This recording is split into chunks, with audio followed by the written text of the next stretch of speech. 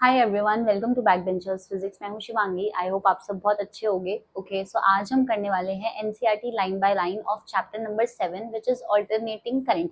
इससे पहले मैं पूरे 6 चैप्टर्स की एनसीईआरटी आपको कंप्लीटली करा चुकी हूँ।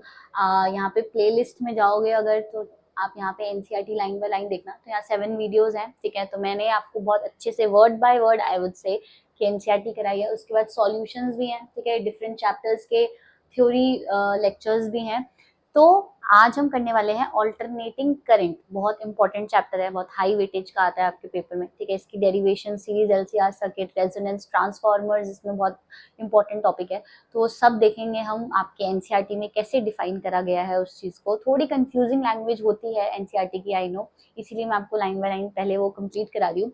सो अपनी एनसीईआरटी की बुक्स लेके बैठ जाओ, है ना, एक pencil and with a rough notebook. जो भी मैं आपको डेरिवेशन कराऊंगी, डायग्राम बनाऊंगी, फेजर्स डायग्राम जो भी है वो आप सबको ड्रॉ करने हैं साथ कर। ओके, एंड चैनल सब्सक्राइब कर देना, अपने फ्रेंड्स के साथ शेयर भी कर देना। So let's start the video. Alright, so chapter start करते हैं। ठीक है, एंड सबसे पहले यहाँ पे इंट्रोडक्शन है। तो इंट्रोडक्शन में आपको क्या लिखा है line by line, word by word, ये पढ़ते हैं। सी, we have so far considered direct current DC sources and circuits with DC sources। अभी तक हमने जितना भी चैप्टर पढ़ा है, पिछले चैप्टर्स जो हमने करंट इलेक्ट्रिसिटी पढ़ लिया है ना, उसके अंदर हमने जो भी करंट डिफाइन करा था या वोल्टेज डिफाइन करी थी, वो कैसे करी थी? वो एक फिक्स्ड वोल्टेज करी थी। ठीक है, उसी को ही हम डायरेक्ट करंट और जो उसके सोर्सेज होते हैं उसको डायरेक्ट सोर्सेज बोलते हैं। ठीक है, these currents do not change direction with time. ये करंट्स ना अपनी डायरेक्शन चेंज नहीं करते टाइम के साथ। जो डीसी सोर्सेज, जो डीसी डायरेक्ट करंट होता है, मतलब अगर मैंने फिक्स कर दिया आई इज इक्वल टू 5 एम्पियर, ठीक है, ये डायरेक्ट करंट है।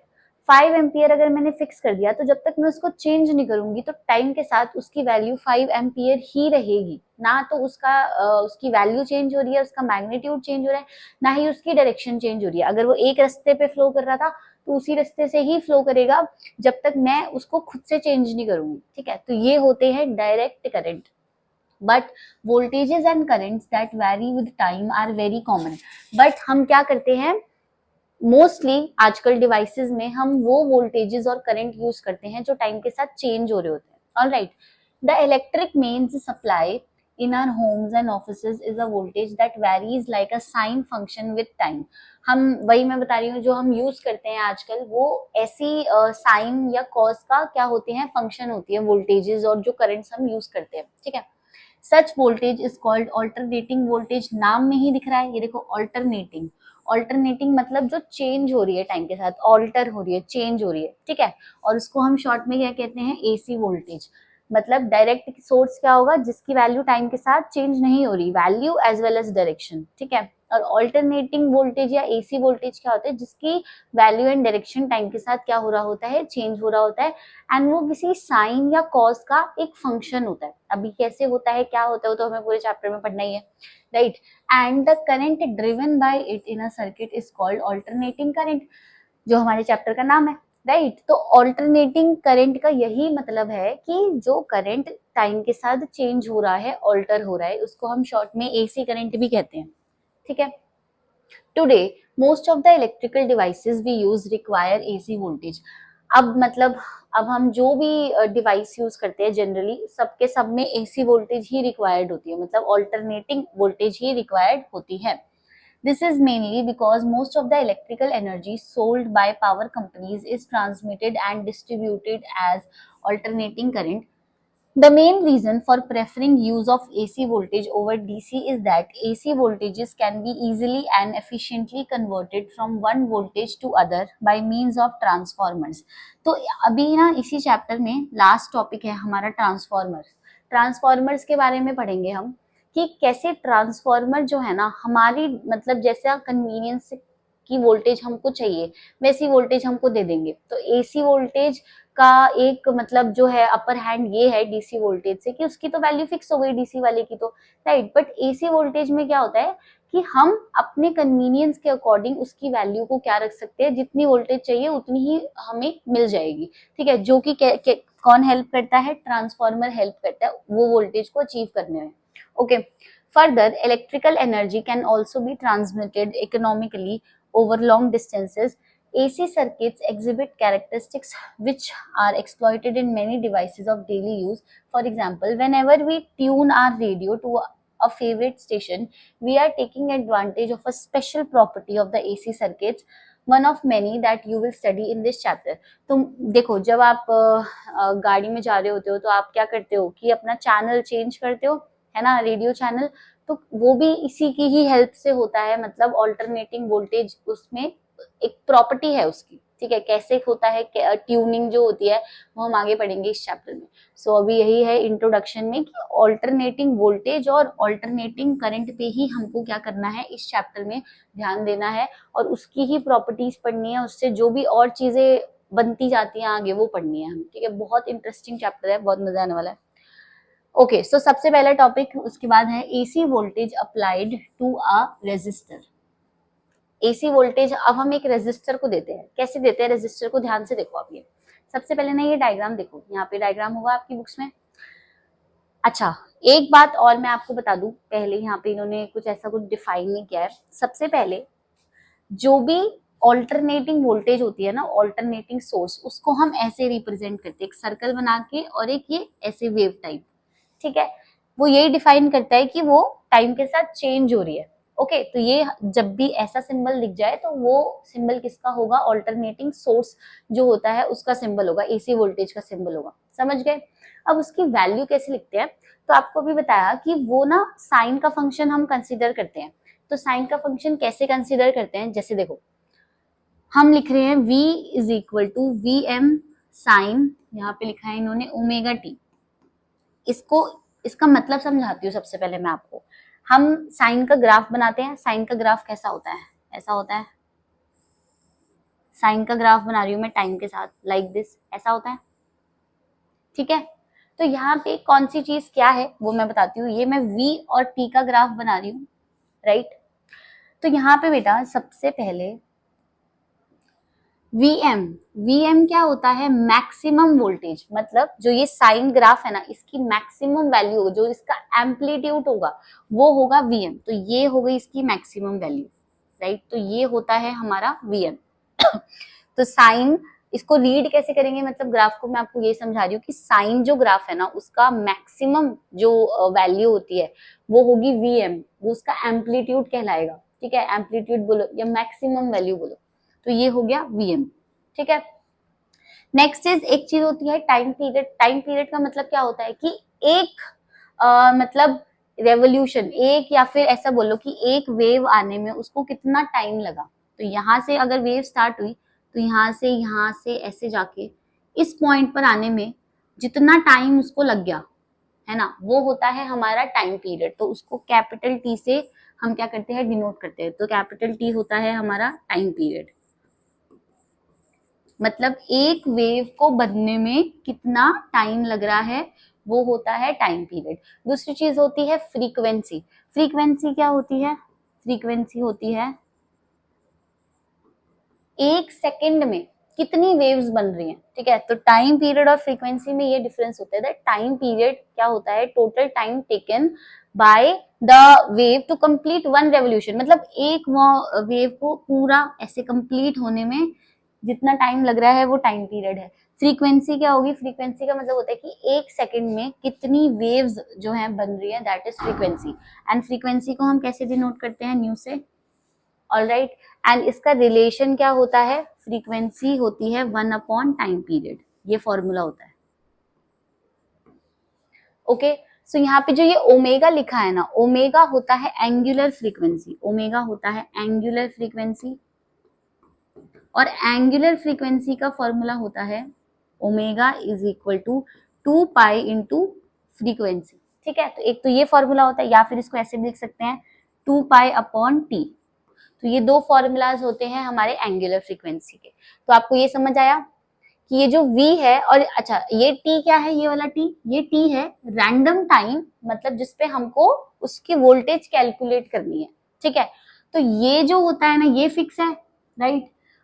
इसमें इसको हम कैसे आगे तोड़ सकते हैं, 2 पाई और न्यू, ये भी चीज फिक्स होती है। तो चेंज क्या हो रहा है, चेंज ये टाइम हो रहा होता है ना, जिसके हिसाब से ये जो v होता है वो चेंज हो रहा होता है।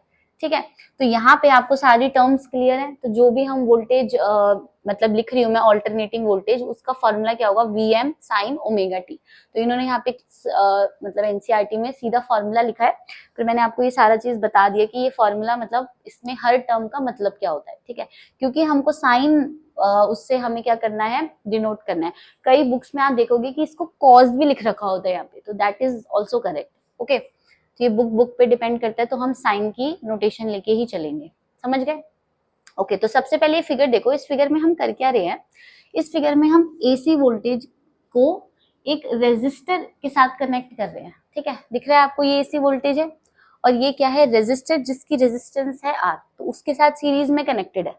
तो हम बिल्कुल बेसिक सर्किट से स्टार्ट कर रहे हैं पढ़ना। अभी हम और भी चीजें पढ़ेंगे आगे, बहुत मुश्किल सर्किट्स भी पढ़ेंगे, सीरीज एलसीआर भी पढ़ेंगे, ठीक है।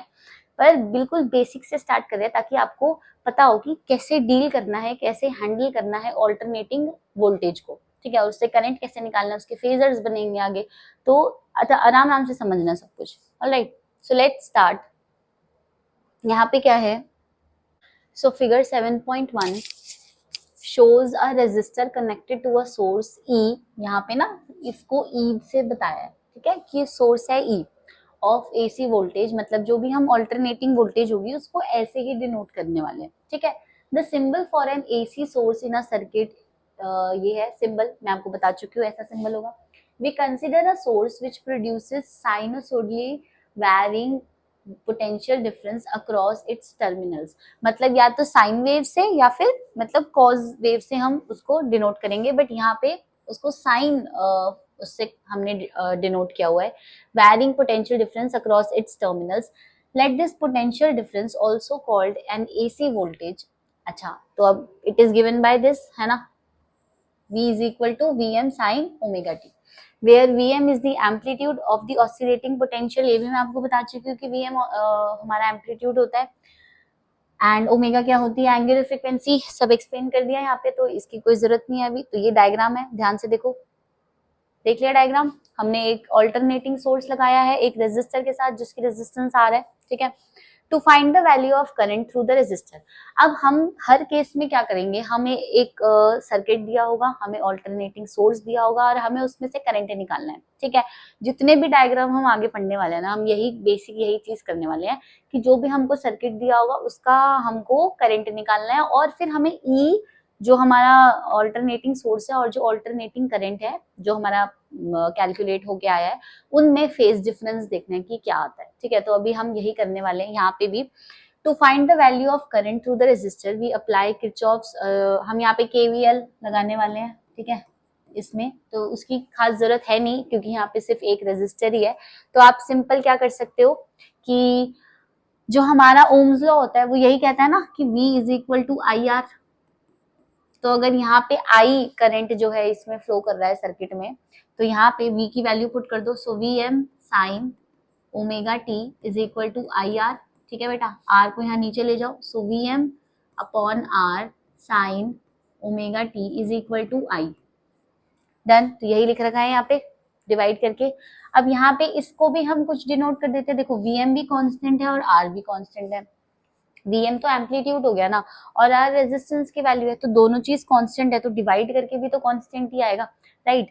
तो यहाँ पे उस कांस्टेंट को हम क्या लिख देते हैं, Vm अपॉन R को हम Im लिख देते हैं। मतलब ये डिनोट करेगा जो हमारा करंट जो है ना, करंट भी तो साइन की फॉर्म में ही आया है हमारा, तो उसका जो मैक्सिमम जो होगा मतलब एम्पलीट्यूड होगा वो Im से हम उसको डिनोट करेंगे। So I is equal to, formula क्या बन गया, I is equal to Im sine omega t. पिछले वाले में यहाँ पे इसको आप Im से रिप्लेस कर दो। सो फॉर्मूला क्या बन जाएगा, I is equal to Im sine omega T. And Im basically क्या होगा, Im जो होगा करंट का क्या होगा, जो वेव होगी ना, क्योंकि ये साइन पे डिपेंड करे तो उसका amplitude will be denoted by Im, ठीक है। ओमेगा तो एंगुलर फ्रीक्वेंसी है, सब कुछ सेम ही रहेगा। ऑलराइट, तो यहाँ पे बता दिया कि Im is equal to Vm upon R। Done. So equation 7.3, जो ये 7.3 आई है equation, is Ohm's law which for resistors works equally well for both AC and DC voltage. तो ओम्स लॉ बन गया कि Vm is equal to IMR, दोनों की पीक वैल्यू है ना, तो ये क्या हो गया, मतलब ओम्स लॉ जो है एसी और डीसी दोनों वोल्टेजेस के लिए क्या होता है, ट्रू होता है। The voltage across a pure resistor and the current through it is given by equation 7.1 and 7.2। 7.1 थी Vm इज इक्वल टू, नहीं, V इज इक्वल टू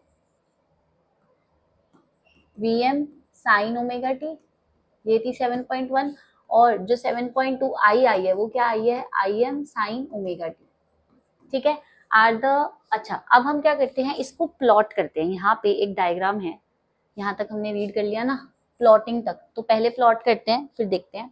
देखो इन्होंने प्लॉट कैसे किया है मैं आपको यहाँ पे करके दिखाती हूँ, फिर मैं आपको बताऊंगी। मतलब सबसे पहले तो जब भी हम ऐसा कंपेयर करते हैं ना, तो हम दोनों ग्राफ को एक ही उसमें प्लॉट करते हैं, ठीक है। मतलब तभी तो कंपैरिजन हो पाएगा ना, जब हम V और I दोनों का ग्राफ एक ही ग्राफ में प्लॉट करेंगे, ठीक है। तो यहाँ पे हमने V का भी ग्राफ यहीं पे ही प्लॉट करना है और I का भी। अब प्लॉट कैसे कर रहे हैं, सो हमारा जो V आया है that is Vm sine omega T, right. मतलब जो Vm है, ऐसे मैं किसी और कलर से करती हूँ, Vm का ग्राफ मैं ऐसे कर रही हूँ, ये this is the graph for V, नहीं एम्पलीट्यूड को तो इक्वल रखना ही पड़ेगा ना, ठीक है। तो ये जो है हमारा ग्राफ है V के लिए, मतलब जो हमारा ऑल्टरनेटिंग सोर्स था। तो यहाँ पे ये जो वैल्यू आ गई, ये किसकी वैल्यू आ गई, Vm की वैल्यू आ गई, ठीक है, डन। अब हमारा जो I आया, I क्या आया बेटा, Im साइन ओमेगा टी। ध्यान से यहाँ ही यही कॉन्सेंट्रेट करके एक एक चीज सुनो, साइन ओमेगा टी। अब आप ध्यान दो, है तो साइन का ही फंक्शन, तो अब कैसा ग्राफ बनेगा, यहाँ पे बनेगा साइन कर्व भी, बट उसका एम्पलीट्यूड ज्यादा होगा या कम होगा ये हमें कैसे पता चलेगा। जो हमारा Im था Vm अपॉन R। अब देखो Vm की कुछ एक पर्टिकुलर वैल्यू है, ये वाली जो वैल्यू है ये Vm की है, कुछ भी मान लो 10, ये वैल्यू 10 है, ठीक है। R की भी कोई फिक्स वैल्यू है, R की वैल्यू मान लो 2 ओम दे रखी है हमको, ठीक है। तो 10 डिवाइडेड बाय 2 क्या बन गया, 5 ओम। या कोई और वैल्यू मानो Vm जो है हमारा 12 है, ठीक है, और R 2 ही है, तो Im कितना आ गया हमारा 6 आ गया। जितनी भी वैल्यू होगी Vm की उसको हमें R से, मतलब जो भी R की वैल्यू होगी उससे डिवाइड करना पड़ेगा। तो जो Im होगा ना वो हमेशा स्मॉल होगा Vm से, क्योंकि यहाँ पे हम उसको R से डिवाइड कर रहे हैं। तो Vm की जो भी वैल्यू होगी जब हम उसको R से डिवाइड करेंगे तब हमारा जाके Im आएगा। तो मतलब जो करंट की मैक्सिमम वैल्यू होगी ना, करंट वाला जो ग्राफ हम प्लॉट करने वाले हैं इस पे, उसकी जो मैक्सिमम वैल्यू होगी वो हमेशा जो है Vm से छोटी होगी, लेस होगी। तो यहाँ पे Im का जो ग्राफ होगा वो कैसा होगा, बस उसका एम्पलीट्यूड स्मॉल रखना है, ठीक है। फ्रीक्वेंसी मतलब वही रहेगी, टाइम पीरियड वही रहेगा जो इसका था, क्योंकि वो ओमेगा ही है, ठीक है। तो यहां से ऐसे करके ये, बस आपको क्या चीज स्मॉल करनी है इसमें, उसका जो एम्पलीट्यूड है, ठीक है। तो ये जो चीज है दिस इज Im, करंट का मैक्सिमम वैल्यू, ठीक है। तो आप यहाँ पे ग्राफ में भी देख सकते हो, ये अब समझ आएगा, ये वाला ग्राफ जो बना रखा था। तो Vm है, Im है, ठीक है, ये 0 है। ये साइन का जो टाइम पीरियड होते हैं यही होते हैं, आपको पता है साइन वेव का टाइम पीरियड 2 पाई होता है, मतलब 2 पाई के बाद वो फिर से अपनी वैल्यूज रिपीट करती है। सो 0 से 2 पाई एंड ये वाली वैल्यू होती है पाई, ठीक है। सो ये हमारा ग्राफ बन गया। तो यहाँ पे हम क्या कर रहे हैं, in a pure resistor, pure resistor मतलब जब हमने सर्किट में एक वोल्टेज सोर्स कनेक्ट किया है ईएमएफ वाला, ऑल्टरनेटिंग वाला, और एक क्या करा है, रेजिस्टर कनेक्ट किया, तो उसको हम प्योर रेजिस्टिव सर्किट ही बोलते हैं, ठीक है। The voltage and current are in phase, दोनों के दोनों क्या है, फेज में है। यहाँ पे आप देख सकते हो ना कोई आगे है ना कोई पीछे है, ठीक है, दोनों फेज में है, दोनों सिंक में है। सिर्फ इनका मैग्नीट्यूड, मतलब जो ये मैक्सिमम वैल्यू है, पीक वैल्यू, इसका एम्पलीट्यूड ही चेंज हो रहा है, बट दोनों के दोनों क्या है, सिंक में है। सिंक में हमें कैसे पता चलता है, यहाँ से पता चलता है। यहाँ पे तो दोनों सेम टाइम पे ही आ रहे हैं ना, और यहाँ पे भी सेम टाइम पे आ रहे हैं, मतलब इनका टाइम पीरियड सेम है, राइट। तो मतलब ये इन फेज है, यही बोलते हैं। तो प्योर रेजिस्टिव सर्किट जो होता है वो क्या होता है, इन फेज होता है, उसमें वोल्टेज और current, okay. So they are in phase, the minima zero and maxima occur at the same respective times. तो हम कैसे पता कर सकते हैं कि ये इन फेज में है, तीन चीजों से, मिनिमा, जीरो और मैक्सिमा, तीनों चीज क्या आ रही है सेम टाइम पे। देखो मैक्सिमा जो है सेम टाइम पे रहे, चाहे वैल्यू अलग है, ठीक है, बट सेम टाइम पे आ रहा है ना। मिनिमा भी सेम टाइम पे आ रहा है, ये मैक्स मिनिमा ये रहा, मिनिमा भी सेम टाइम पे आ रहा है, और जो जीरो है वो भी सेम टाइम पे आ रहा है, राइट। तो इसीलिए हम बोल रहे हैं कि ये इन फेज है। सो अब ये ग्राफ समझ आया, यहाँ तक हमने रीड किया था, आगे देखते हैं। Note in particular that both V and I reach zero minimum and maximum values at the same time. अभी मैं आपको बता चुकी हूँ। Clearly the voltage and current are in phase with each other. तो दोनों के दोनों क्या है, फेज में है। ये इन फेज आपको पता होना इसलिए जरूरी है क्योंकि आगे हम बहुत सारे सर्किट्स ऐसे पढ़ने वाले हैं जिसमें वो फेज में नहीं होंगे, ठीक है, तो फिर आपको डिफरेंस क्लियर हो जाएगा। तो यहाँ पे वोल्टेज और करंट हमारे क्या है, इन फेज है, okay. We see that like the applied voltage, the current varies sinusoidally and has corresponding positive and negative values during each cycle. Thus, the sum of instantaneous current values over one complete cycle is zero and the average current is zero. The fact that average current is zero, मतलब यहाँ पे क्या होता है, क्योंकि जो sign की average value होती है ना दैट इज जीरो, तो हमारा जो करंट है वो भी साइन की फॉर्म में ही आया है। उसका जो हमारा जो इक्वेशन है वो भी साइन की फॉर्म में है, राइट। तो उसका जो एवरेज होगा वो क्या होगा, जीरो होगा। अभी हम देखेंगे कि एवरेज कैसा हो रहा है। इतना क्लियर है आपको? Okay, so as you know Joule heating is given by I square R. हमको पता है ना जो हीटिंग इफेक्ट होता है उसमें हमने पढ़ा है ना, हीट का जो फॉर्मूला होता है वो क्या होता है, H is equal to I square R t. तो आई स्क्वायर आर पे डिपेंड करता है ऑन आई स्क्वायर, मतलब हीट जो है वो डायरेक्टली प्रोपोर्शनल किसके होता है, करंट के स्क्वायर के डायरेक्टली प्रोपोर्शनल होता है। thus there is joule heating and dissipation of electrical energy when an AC current passes through a resistor। इसका मतलब जब भी करंट ऑल्टरनेटिंग करंट पास होगा रेजिस्टर में तो वहां पे क्या होगा, हीटिंग इफेक्ट प्रोड्यूस होगा, जिसी को ही हम जूल्स हीटिंग बोलते हैं, right. The instantaneous power dissipated in the resistors is, okay, so power का फॉर्मूला क्या होता है बेटा, देखो पावर होता है आई स्क्वायर आर, ठीक है। अभी जो हमने आई की वैल्यू कैलकुलेट करी है ना वो हम यहाँ पे पुट कर देते हैं, तो क्या आ जाएगी वैल्यू, आई की वैल्यू क्या थी, I is equal to I M sine omega T. उसको यहाँ पे पुट करो तो क्या हो जाएगा, I M sine omega T का होल स्क्वायर और आर यही आएगा। अब इंडिविजुअल टर्म्स पे स्क्वायर हो जाएगा, so it will be I M का square sine square omega T and R, जो कि यहाँ पे लिखा हुआ है, ओके। सो ये हो गई हमारी पावर, ये हो गई इंस्टेंटेनियस पावर। अब मुझको क्या करना है, एवरेज वैल्यू निकालनी है, ठीक है। तो पहली बात तो जब भी किसी भी टर्म के आगे ना ऐसा सिंबल लगाओ, ऐसा, तो उसका मतलब होता है जो भी बीच में लिखा है हम उसका क्या कर रहे हैं, एवरेज निकालने की कोशिश कर रहे हैं, ठीक है, मतलब हम उसका एवरेज निकाल रहे हैं। तो यहाँ पे हमको पावर की एवरेज वैल्यू निकालनी है, तो इस टर्म के आगे हमने ये सिंबल लगा दिया, तो मतलब इसका एवरेज हमें कैलकुलेट करना है। आई की वैल्यू यहाँ पे पुट कर दी, I M sine square omega T, और आर था यहाँ पे, ठीक है, उसका एवरेज कैलकुलेट कर रहे हैं। Where the bar over letter denotes its average value, इस लेटर के ऊपर हमने बार लगा दिया, यहाँ पे पी के ऊपर बार लगा, तो उसका भी मतलब क्या है कि हमें उसकी एवरेज वैल्यू कैलकुलेट करनी है, ठीक है। एंड ये जो सिंबल है it denotes taking average of the quantity inside the bracket. Since im square and r are constants, तो constant term का जो average होगा वो तो वही रहेगा, तो उसको इनको इस दोनों टर्म्स को हम क्या करते हैं, इससे बाहर निकाल लेते हैं। तो बेसिकली हमको जो एवरेज कैलकुलेट करना है वो साइन स्क्वायर ओमेगा टी का एवरेज कैलकुलेट करना है। अब साइन स्क्वायर ओमेगा टी है ना, यहाँ पे पावर 2 है, इसकी डिग्री 2 है, तो हमको इसको पहले लीनियर फॉर्म में लेके आना पड़ेगा। तो मैथ्स में आपने एक फॉर्मूला पढ़ा है, देखो मैथ्स में आपने एक फॉर्मूला पढ़ा है, यहाँ पे अगर हमारे पास ये होता है cos 2 थीटा, cos 2 थीटा का फॉर्मूला क्या होता है, वो होता है cos square theta minus sine square theta. इस ये जो मैं आपको बता रही हूँ ना, इस चीज को याद रखना है क्योंकि आगे अभी जो हम डेरिवेशन करेंगे इसी चैप्टर में वो बहुत काम आएंगी। तो ये फॉर्मूला होता है cos 2 थीटा का, ठीक है। अब यहाँ पे इससे हम दो फॉर्मूलाज और बना सकते हैं। पहले, और ये भी पता है आपको that sine square theta plus cos square theta is equal to 1, right. यहाँ मैं नीचे लिख देती हूँ इसको, यहाँ पे लिख देती हूँ कि as sine square theta plus cos square theta, ये कितना होता है हमारा 1 होता है।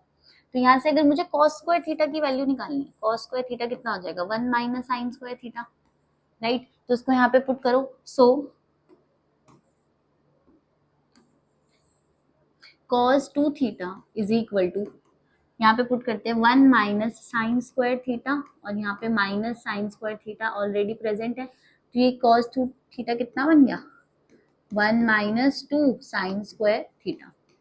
अब मुझको साइन स्क्वायर थीटा की वैल्यू चाहिए, तो क्या करेंगे, इसको इधर लेके जाते हैं, इस टर्म को इधर ले आते हैं। So 2 sine square theta is equal to 1 minus cos 2 theta, ठीक है। तो यहाँ से साइन स्क्वायर थीटा कितना आ गया 1 माइनस कॉस 2 थीटा अपॉन 2। तो एक तो ये फॉर्मूला है जो कि हमें यूज करना है, ठीक है। हम यहाँ पे साइन स्क्वायर थीटा को 1 माइनस कॉस स्क्वायर थीटा भी पुट कर सकते थे, एंड तब हमारे पास कॉस स्क्वायर थीटा की वैल्यू आ जाती है, ठीक है। तो अभी आपको इसमें यही फॉर्मूला यूज करना है, तो आप ध्यान रखो कि हम साइन स्क्वायर थीटा को क्या लिख सकते हैं 1 माइनस कॉस 2 थीटा अपॉन 2। तो यहाँ पे थीटा की जगह उन्होंने ओमेगा टी लिखा है, तो क्या फॉर्मूला बन जाएगा sine square omega T is equal to 1 minus cos 2 omega t upon 2। अब ये 2 को भी डिवाइड कर सकते हैं यहाँ पे, मतलब इसको ऐसे लिख सकते हैं 1/2 minus cos 2 theta upon 2, right. तो यहाँ पे देखो, यहाँ पे यही चीज लिख रखी है, साइन स्क्वायर ओमेगा टी को इन्होंने क्या लिखा है 1/2 और 1 माइनस, अच्छा ये ऐसे था, हमको एवरेज निकालना है साइन स्क्वायर ओमेगा टी का। तो सबसे पहले तो आप वैल्यू पुट कर दो इसकी, तो 1 minus cos 2 omega t upon 2 formula put कर दिया, राइट। जिसमें से 1/2 तो कॉमन है ना, ये बाहर आ जाएगा, मतलब 2 बाहर ले लो आप इसको, तो ये कितना हो जाएगा sine square omega T is equal to 1/2, ठीक है। और अंदर क्या बचेगा 1, 1 तो कांस्टेंट क्वांटिटी है, तो उसको एज इट इज रखेंगे, माइनस, तो बेसिकली जो एवरेज आ गया वो किसके ऊपर आ जाएगा cos 2 ओमेगा टी पे एवरेज आ जाएगा, ठीक है, अंडरस्टूड। अब यहाँ पे देखो cos 2 ओमेगा टी का एवरेज होगा हमारा 0, तो ये टर्म कितनी हो गई 0 हो गई, इसका एवरेज 0 होगा। तो यहाँ से हमारा जो साइन स्क्वायर ओमेगा टी का एवरेज आया वो कितना आया 1/2, ठीक है। तो ये चीज आपको याद रखनी है कि साइन स्क्वायर ओमेगा टी का जो एवरेज होता है वो क्या होता है 1/2 होता है। सो यहाँ से ये आ गया, ओके। तो हमको तो पावर का एवरेज निकालना था ना, तो यहाँ पे बेसिकली आई स्क्वायर आर तो एज इट इज है आई एम स्क्वायर आर, और यहाँ पे साइन स्क्वायर ओमेगा टी का एवरेज 1/2 आ गया, तो हमारी जो पावर है उसका एवरेज कितना आ गया बेटा 1/2 I M square R. Are we clear on that?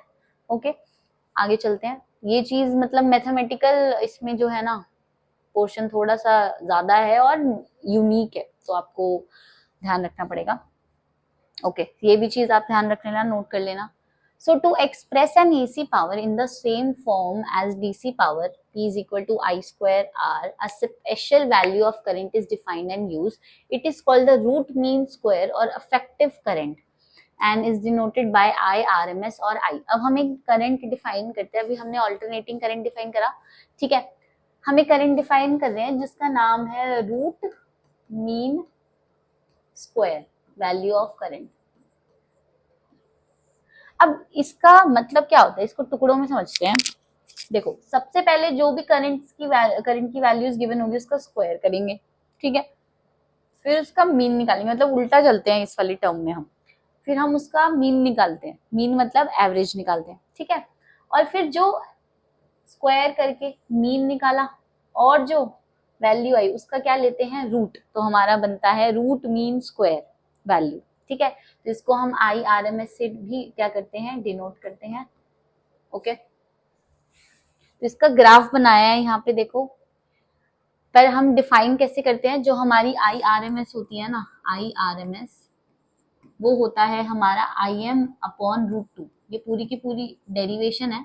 अब यहाँ पे हमको पावर, जो हमने पावर निकाली थी एवरेज पावर, उसको हमें आई आर एम एस के टर्म्स में डिफाइन करना है। तो हमने जो एवरेज पावर निकाली थी उसको हमने कैपिटल पी से डिनोट कर दिया, ठीक है। उसका फॉर्मूला आया था 1/2 I M square upon R, अभी पीछे। तो आई एम स्क्वायर को यहाँ से देखो, अगर स्क्वायरिंग बोथ साइड्स करो तो आई आर एम एस को आई से डिनोट किया, आई स्क्वायर इज इक्वल टू क्या हो जाएगा आई एम का स्क्वायर अपॉन 2। सो यहाँ से आई एम का स्क्वायर कितना हो जाएगा बेटा 2i, राइट।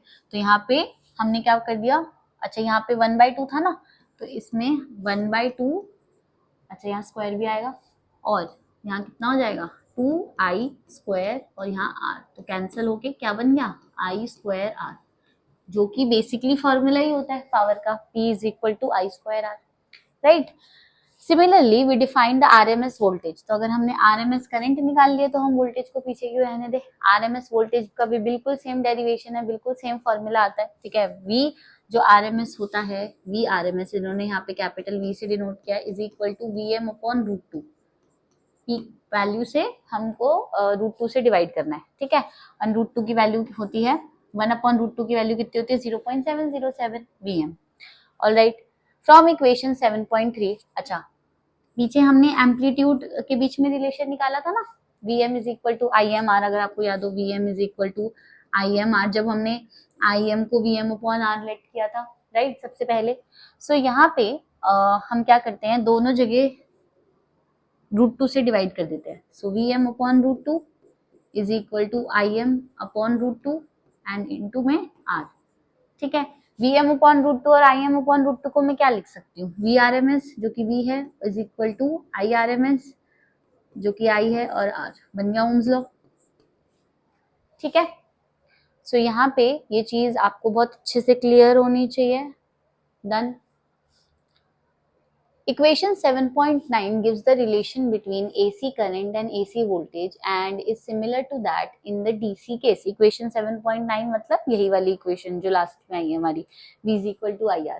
DC केस में मतलब ओम्स लॉ भी तो यही कहता है, हम थर्ड चैप्टर में भी तो यही पढ़ते हैं कि V is equal to IR होता है, नहीं। This shows the advantage of introducing the current concept of RMS values. In terms of RMS values, the equation for power and relation between current and voltage in AC circuits are essentially the same as for the DC case। मतलब इसने ये बोला है कि जब हम RMS values को introduce कर देते हैं IRMS और VRMS, तो हमारा जो equations होती हैं वो same बन जाती है, जो हमारी current electricity के chapter में जब हमने equations पढ़ी थी बिल्कुल वैसी बन जाती है, ठीक है। So it is customary to measure and specify RMS values for AC quantities. For example, the household line voltage of 220 volt is an RMS value with a peak voltage of, okay, जो हमारे घरों में जो voltage आती है ना वो क्या होती है, वो RMS वोल्टेज होती है और उसकी वैल्यू कितनी होती है 220 वोल्ट, ठीक है। तो अब याद रखना कि वो RMS वैल्यू होती है 220 वोल्ट। तो अभी न्यूमेरिकल्स में भी आएंगे, जब आप न्यूमेरिकल सॉल्व करोगे तो ध्यान रखना कि ये जो 220 वोल्ट दिया होगा ये RMS वैल्यू दी होगी, VRMS, ओके। सो पीक निकालना है मुझको, so VRMS is equal to VM upon √2 था। पीक निकालने के लिए VM is equal to √2 into V हो जाएगा, क्रॉस मल्टीप्लाई कर दो। सो √2 की वैल्यू कितनी होती है बेटा 1.414, आप ये वैल्यूज याद रखो, √2 की वैल्यू 1.414 एंड 1 अपॉन √2 की वैल्यू 0.707, ठीक है। तो 1.414 से 220 को मल्टीप्लाई करेंगे तो हमारा 311 वोल्ट आएगा। तो ये होती है हमारी पीक वैल्यू, मतलब जो हमारा साइन का ग्राफ बनता है ऐसा, उसमें जो पीक वैल्यू होगी वो कितनी होगी वोल्टेज की 311 volt, right. In fact, the I or RMS current is the equivalent DC current that would produce the same average power loss as the alternating current. Okay, तो ये बस वही equations लिख रखी हैं, आप ध्यान में रखना। आगे चलते हैं नेक्स्ट टॉपिक पे। Alright, so next topic क्या है, representation of AC current and voltage by rotating vectors, phasors। तो phasors बहुत ज्यादा important चीज है हमारे alternating current चैप्टर पे, ठीक है। पहले तो मैं आपको phasor समझाती हूँ कि phasor होता क्या है। इसमें थोड़ी कंफ्यूजिंग लैंग्वेज लिखी है तो मैं आपको इजी लैंग्वेज में समझाने की कोशिश करती हूँ। देखो फेजर ना बेसिकली क्या होता है, एक एरो है, ओके, एक एरो, जैसे मानो ये कोई एरो है, ये एरो घूम रही है, रोटेट कर रही है, ठीक है। तो ये हो गई फेजर, बस इतना याद रखना है आपको कि फेजर एक एरो है जो कि घूमती है, ठीक है। तो ऑल्टरनेटिंग करंट और वोल्टेज को हम फेजर की फॉर्म में क्या करते हैं, रिप्रेजेंट करने की कोशिश करते हैं, जिससे एनालिसिस क्या हो जाता है, आसान हो जाता है। तो फेजर एक टाइप की ग्राफ है जिसमें हम क्या करने वाले हैं, हम एक एरो बनाएंगे और वो एरो का एक फेज डिफरेंस होगा, मतलब जिस एंगल पे वो क्या कर रही है, रोटेट कर रही है। इतना ध्यान रखो, अभी आगे जैसे जैसे आएगा मैं आपको समझाती हूँ। So in the previous section, we learnt that the current through a resistor is in phase with the AC voltage, but this is not so in the case of an inductor.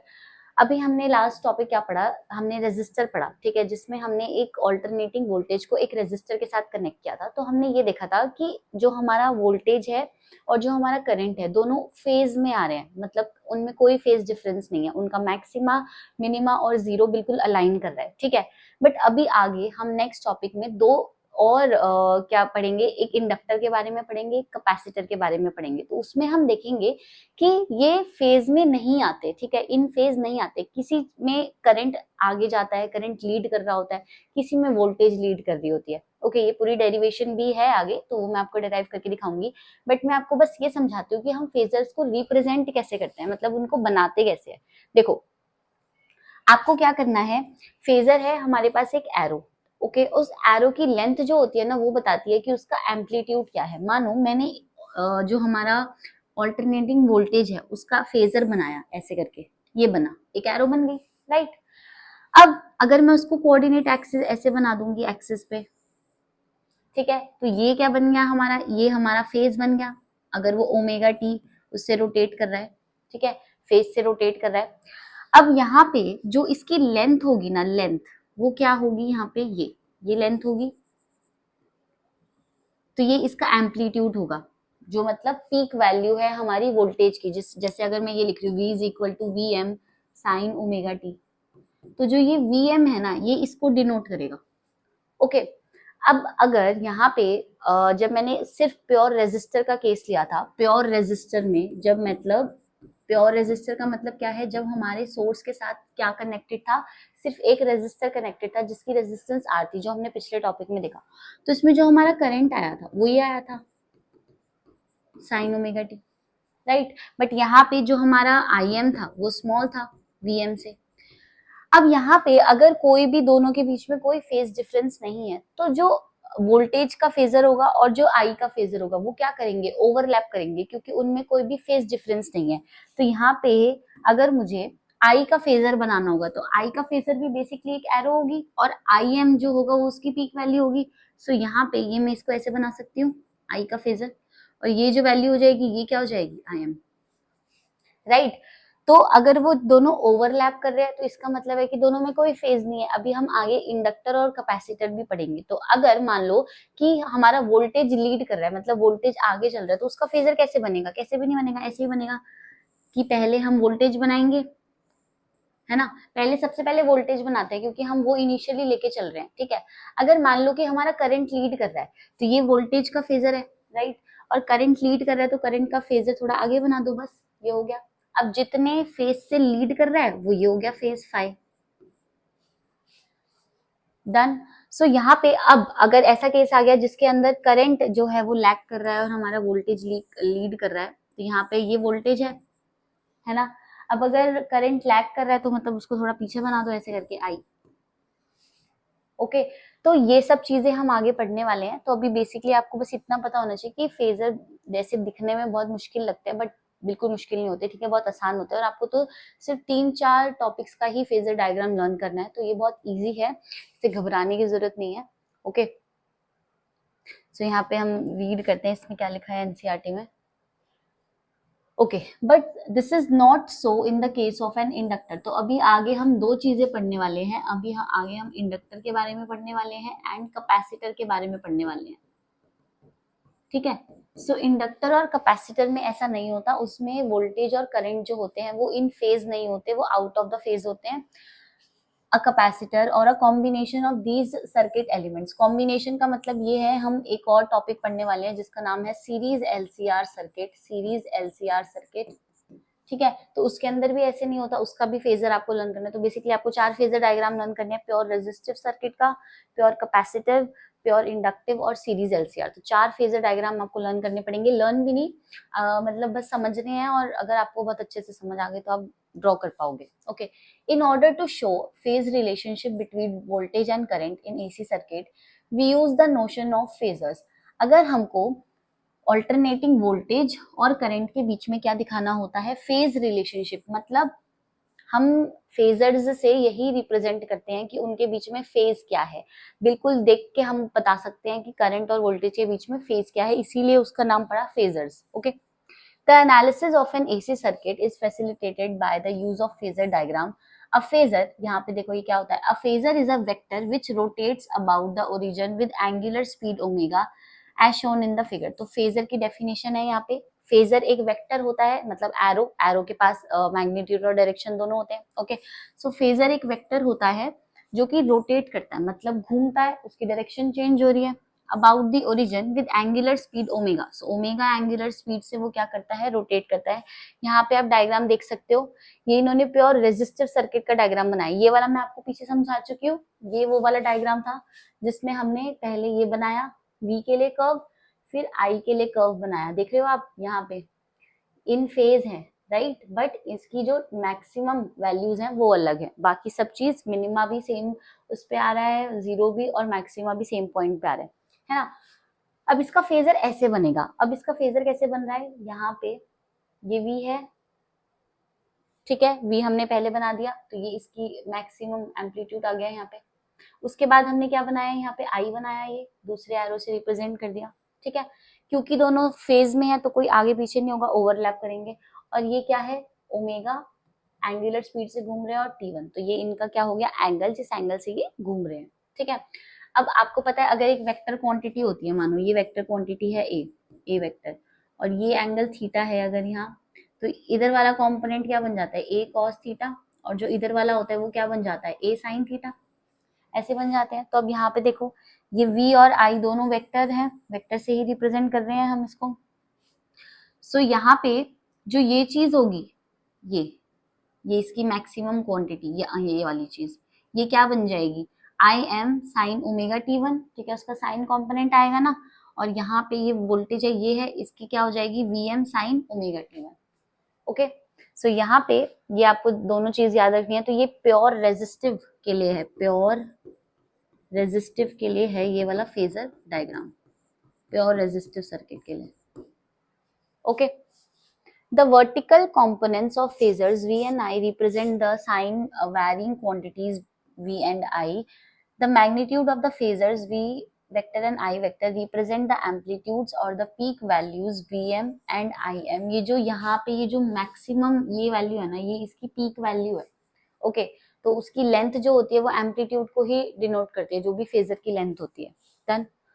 Of these oscillating quantities, so figure 7.4a shows the voltage and current phasors and their relationship at time t1 for the case of an AC source। तो आपको ये समझ आ गया कि pure resistive के लिए कैसे phasor diagram बनते हैं। अभी वीडियो को पॉज करो एंड प्लीज इसको ड्रॉ करके देखो खुद से, नहीं समझ आया तो एक बार दोबारा से वीडियो देख लेना ये वाली। Okay, connected to a resistor that is corresponding to the circuit shown in figure 7.1. The projection of voltage and current phasors on the vertical axis Vm sin omega t and Im sin omega t respectively represent the value of voltage and current at that instant. As they rotate with the frequency omega, the curves are generated, ये सब मैं आपको बता चुकी हूँ।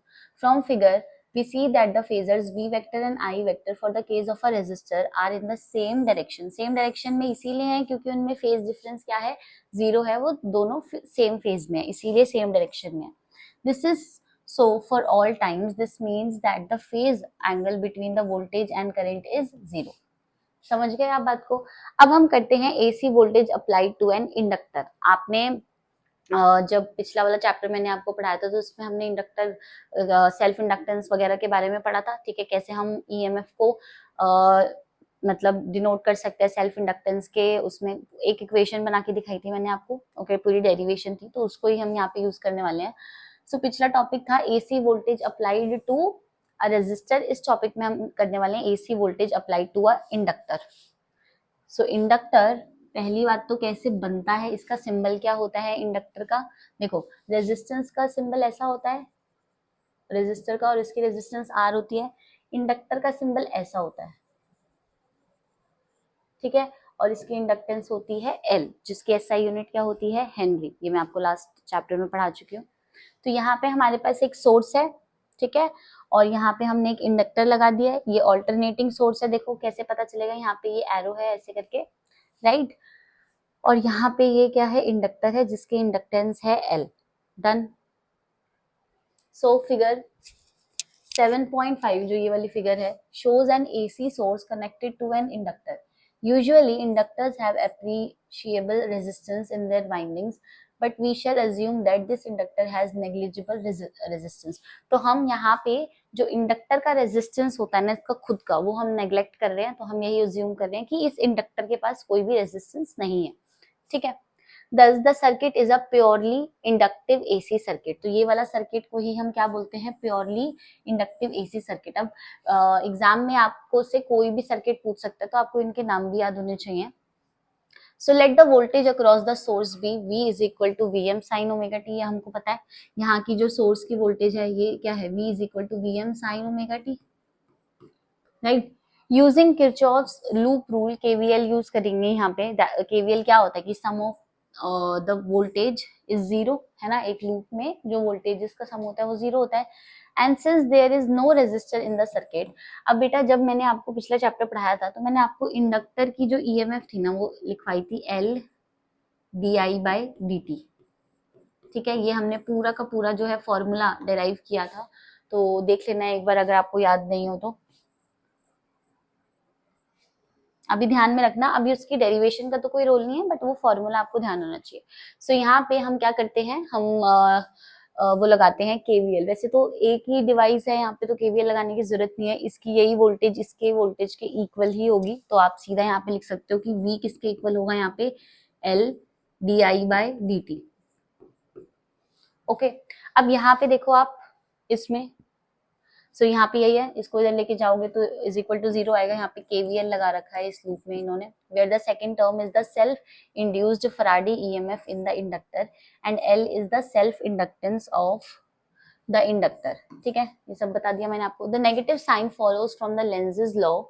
Okay, अब हमें Lenz's law पिछले चैप्टर में पढ़ा था, तो अभी वो करने की जरूरत नहीं है, अभी इस चैप्टर वाले पे फोकस करते हैं।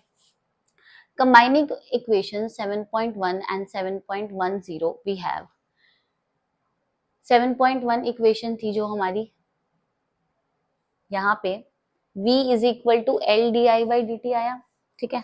मैं यहाँ पे लिख रही हूँ V is equal to L di/dt, ठीक है। यहाँ पे V की वैल्यू पुट कर दो। V की वैल्यू क्या थी, Vm sin ओमेगा t, हमने यही अज्यूम किया था ऑल्टरनेटिंग वोल्टेज, तो मैं यहाँ पे पुट कर रही हूँ Vm sin omega t is equal to L di/dt। समझ आई इतनी बात, ठीक है। अब क्या करते हैं, L को यहाँ नीचे ले जाते हैं, तो क्या हो जाएगा, ये Vm/L sin omega t is equal to di/dt, ठीक है। यही लिख रखा है, देखो di/dt is equal to Vm/L sin omega t। Done. So यहाँ पे ये लिख लिया हमने। अब क्या करना है, हमें दोनों तरफ इंटीग्रेट करते हैं, ठीक है, क्योंकि हमें करंट, हमारे पास वोल्टेज का फॉर्मूला तो है V is equal to Vm sin omega t। अब हमको करंट का फॉर्मूला कैलकुलेट करना है, तो करंट के लिए हमें दोनों तरफ इंटीग्रेट करना पड़ेगा। सो यहाँ पे दोनों तरफ इंटीग्रेशन का साइन लगाओ, ठीक है। सो ये क्या बन जाएगा, dt को इधर ले जाएंगे अगर हम, सो ये बन जाएगा integration di is equal to integration Vm/L sin omega t dt, ठीक है। अब Vm/L जो है कांस्टेंट है, इसको बाहर ले आओ इंटीग्रेशन से, तो ये इंटीग्रेशन di I बन जाएगा। So I is equal to Vm/L integration किसका होगा, sine omega t dt। Sine theta का इंटीग्रेशन क्या होता है, माइनस कॉस थीटा, तो यहाँ पे I विल बी Vm/L और यहाँ पे क्या आएगा, माइनस कॉस ओमेगा t, ठीक है। और नीचे क्या आ जाएगा, एक ओमेगा आ जाएगा। देन तो यहाँ पे देखो यही लिखा हुआ है प्लस, क्योंकि यहाँ पे लिमिट्स नहीं है, तो यहाँ पे एक कांस्टेंट क्या आ जाएगा प्लस में। इनडेफिनेट इंटीग्रेशन में यही होता है ना कि कांस्टेंट आ जाता है लास्ट में। सो ये लिखा हुआ है देखो, minus Vm/L cos omega t plus a constant. The integration constant has the dimension of current. इसके पास भी, क्योंकि इसका जो कांस्टेंट है ये है ना, प्रिंसिपल ऑफ होमोजेनिटी यही कहता है कि जो इसका डायमेंशन होगा वही इस क्वांटिटी का डायमेंशन होगा और वही इसका डायमेंशन होगा। सो जो कांस्टेंट टर्म है उसका डायमेंशन क्या है, हमारा I है, करंट का ही डायमेंशन है, एन इज टाइम इंडिपेंडेंट, और ये टाइम पे डिपेंड नहीं करता, ये कांस्टेंट, ये चीज टाइम पे डिपेंड करती है, ठीक है। Since the source has an EMF which oscillates symmetrically about zero, the current it sustains also oscillates symmetrically about zero, so that no constant or time independent component of the current exists. हम basically इस constant को क्या करते हैं, zero करते हैं, क्योंकि यहाँ पे यही बोल रहे हैं कि कोई टाइम इंडिपेंडेंट चीज है वो एग्जिस्ट नहीं करती, जो भी चीज एग्जिस्ट कर रही है उसको टाइम पे डिपेंड करना ही पड़ेगा, ठीक है। Therefore the integration constant is zero. तो अब हमारे पास जो फाइनल फॉर्मूला आया वो क्या आया, I is equal to minus Vm upon omega L cos omega t। अब इसको कैसे हम लेके आते हैं साइन के टर्म्स में, क्योंकि देखो हमको कंपेयर करना है इस फॉर्मूला से, V is equal to Vm sin omega t हमारे इनिशियल जो था वोल्टेज थी, ऑल्टरनेटिंग वोल्टेज, राइट। अब मुझको क्या करना है, इस कॉज ओमेगा टी को ना साइन ओमेगा टी के टर्म्स में लेके आना पड़ेगा, तभी तो मुझे पता चलेगा कि फेज डिफरेंस है या नहीं है। अभी कैसे पता चलेगा, अभी तो हम कंपेयर ही नहीं कर पाएंगे, तो जब दोनों जगह साइन साइन होगा तब हम कंपेयर कर पाएंगे कि कितना फेज डिफरेंस है भी या नहीं भी है, और है तो कितना है। ओके, सो यहाँ पे हम एक आइडेंटिटी यूज करने वाले हैं, ये वाली identity, minus cos omega t, maths में आपने पढ़ी होगी, is equal to sine omega t minus pi by 2। अगर आपके पास मैथ्स नहीं है, बायो के स्टूडेंट है, तो आप इसको लर्न कर लो, ठीक है, कि minus cos omega T is equal to sine omega t minus pi by 2, ठीक है। तो हमारे पास जो ये फॉर्मूला आया था आई का, I is equal to minus V M upon omega L sine, cos था कॉज ओमेगा टी, ठीक है। सो यहाँ पे माइनस कॉज ओमेगा टी को क्या लिख देते हैं, V M upon omega L, इसको क्या लिख देंगे, sine omega t minus pi by 2। तो ये हमारा जो है ना आई का फॉर्मूला आया, और इस चीज को क्या लिखेंगे, V M upon omega L को हम लिख देते हैं आई एम, क्योंकि ये चीज कांस्टेंट होती है। So I M is equal to V M upon omega L. So यहाँ से हमारा जो आई का फॉर्मूला आया वो कितना आ गया, I M sine omega t minus pi by 2।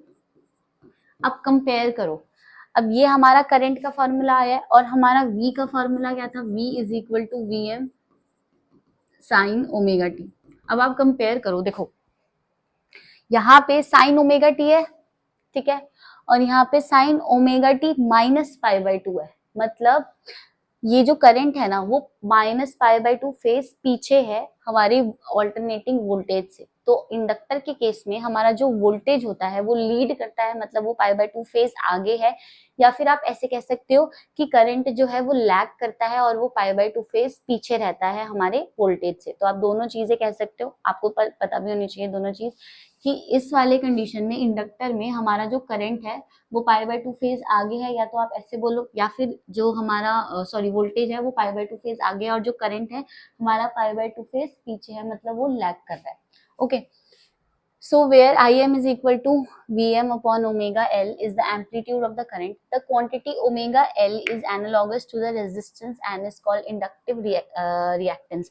ये जो टर्म है ना ओमेगा एल, ओमेगा एल, इसको हम क्या बोलते हैं, इंडक्टिव रिएक्टेंस। अभी हम आगे यूज करने वाले हैं इसको बोलते हैं इंडक्टिव रिएक्टेंस, ठीक है। और इसको हम एक्स एल से भी डिनोट करते हैं, इसको आप याद रखना, X L is equal to क्या होता है, ओमेगा एल, यहाँ पे लिख रखा है। The amplitude of the current is, ये एम्पलीट्यूड है करंट का, सो ओमेगा एल की जगह एक्स एल लिख दिया, तो I M is equal to V M upon XL, ठीक है। The dimension of inductive reactance is same as that of resistance and its SI unit is ohm। ये जो पूरा का पूरा XL होता है ना, मतलब ओमेगा एल, ये एनालॉगस टू रेजिस्टेंस ही होता है, ठीक है। तो इसकी डायमेंशन जो होती है दैट इज ओम, ओम ही होती है, और इसकी जो डायमेंशन है वो भी बिल्कुल रेजिस्टेंस की डायमेंशन की तरह ही होती है। The inductive reactance limits the current in a purely inductive circuit in the same way as resistance limits the current in a purely resistive circuit। जब हम purely resistive circuit की बात करते हैं तो जो काम वहां पे resistor का होता है वही काम यहाँ पे क्या होता है, inductive reactance का होता है, ठीक है। The inductive reactance is directly proportional to the inductance and the frequency of the current। Obviously अगर XL is equal to omega L है तो XL omega के भी directly proportional है, मतलब जो angular frequency होती है, और XL L के भी directly proportional है, जो कि क्या होती है, इंडक्टेंस होती है। A comparison of equation 7.1 and 7.12, 7.1 मतलब Vm is equal to sorry v is equal to V M sine omega T, और 7.12 मतलब जो ये वाली इक्वेशन है ये हमारी, ठीक है। इन दोनों में कंपैरिजन करते हैं। For the source voltage and the current in an inductor shows that the current lags the voltage by pi by 2 और 1/4 साइकिल, है ना। ये मैं आपको बता चुकी हूँ कि यहाँ पे करंट क्या करता है, लैग करता है, और कितने से लैग करता है, पाई बाय 2 से लैग करता है, ठीक है। Okay, so figure 7.6a shows the voltage and current phasors in the present case. Phasor देख लेते हैं अब इसके फटाफट से। यहाँ पे देखो डायग्राम होगा। सबसे पहले ये वाला डायग्राम समझते हैं। इस डायग्राम में क्या है बेटा, दोनों डायग्राम, ये तो नॉर्मल डायग्राम है और ये आपका फेजर डायग्राम है। तो पहले नॉर्मल डायग्राम समझते हैं। तो उसके लिए हमको V और I दोनों सेम एक्सिस पे ड्रॉ करने पड़ेंगे। सो V का तो आप ऐसे ही बना दो, V का तो ऐसे ही बनेगा जैसे बनता है, ठीक है। ये मैक्सिमम वैल्यू हो गई Vm। अब करंट बनाना है, तो करंट जो है ना पाई बाय 2 फेज पीछे है, मतलब अगर V वोल्टेज यहाँ से स्टार्ट हो रही है तो हमारा करंट पाई बाय 2 फेज पीछे से स्टार्ट होगा, मतलब करंट यहाँ से स्टार्ट होगा, ठीक है। सो ये ऐसे जाएगा और इसका जो एम्पलीट्यूड होगा वो भी थोड़ा छोटा होगा, राइट, क्योंकि जो हमारा Im है वो क्या है, Vm अपॉन XL। तो हम Vm को किसी चीज से डिवाइड कर रहे हैं ना, तो Im तो ऑब्वियसली स्मॉल आएगा Vm से। सो यहाँ पे ये ऐसे जाएगा लाइक दिस, ऐसे करके, ठीक है। तो यहाँ पे ये क्या होगा, दिस विल बी Im। ये 0 है और ये क्या है हमारा पाई बाय 2 नीचे से स्टार्ट हो रहा है। डन। ये वाली चीज पाई है, ये क्या है 2 पाई है,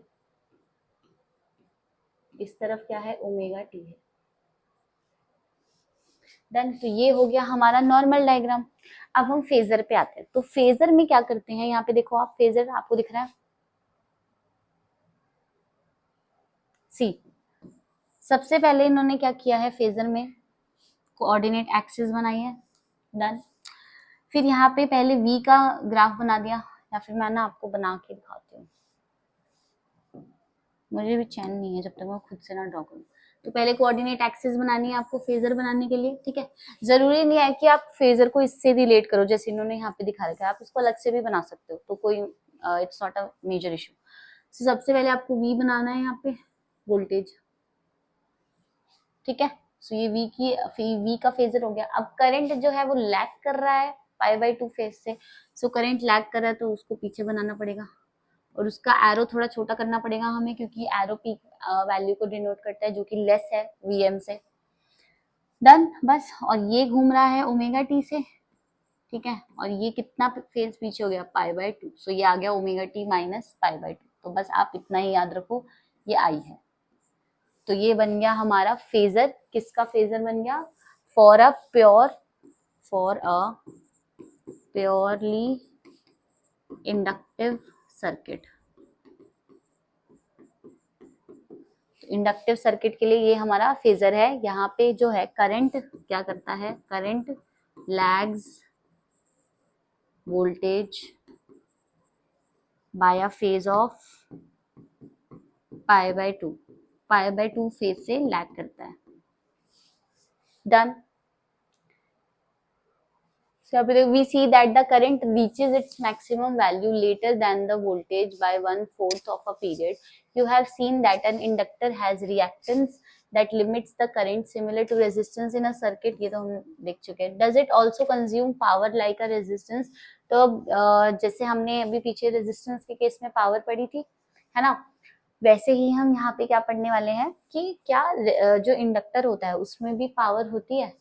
So let us try to find out, देखते हैं। So instantaneous power supplied to the inductor is, power का फॉर्मूला IV PL, PL मतलब इंडक्टर के लिए लिख रहे हैं IV, ठीक है। यहाँ पे PL is equal to I का फॉर्मूला पुट करो जो आया है हमारा Im sine omega t minus pi by 2, और V का फॉर्मूला पुट करो Vm साइन ओमेगा टी, यही था। So PL is equal to Im Vm sin omega t minus pi by 2, and यहाँ क्या हो जाएगा साइन ओमेगा टी। अब यहाँ पे हम कौन सी आइडेंटिटी यूज करने वाले हैं, अब यहाँ पे देखो sign omega t minus pi by 2 को मैं cause minus cos omega T लिख सकती हूँ, जैसे मैंने आपको पीछे आइडेंटिटी बताई थी। सो ये क्या हो जाएगा, minus I M V M cos omega T, और यहाँ पे sine omega t already present है, ठीक है। अब इसको क्या करते हैं, ऊपर नीचे 2 से मल्टीप्लाई कर देते हैं, डन। सो यहाँ पे ये क्या बन जाएगा, P L is equal to minus I M V M 2 cos omega T and sine omega T, और यहाँ पे ये 2 यहाँ आ जाएगा, ठीक है। अब आपको एक आइडेंटिटी पता है, कौन सी identity, using 2 sine A cause A, 2 sine A cause A क्या होती है बेटा, ये होती है साइन 2a, है ना। तो इसको क्या लिख सकते हैं हम, P L is equal to minus I M V M upon 2, और ये कितना हो जाएगा, साइन 2 ओमेगा टी, बस। सो यहाँ पे यही लिखा हुआ है, देखो यहाँ पे इन्होंने, है ना।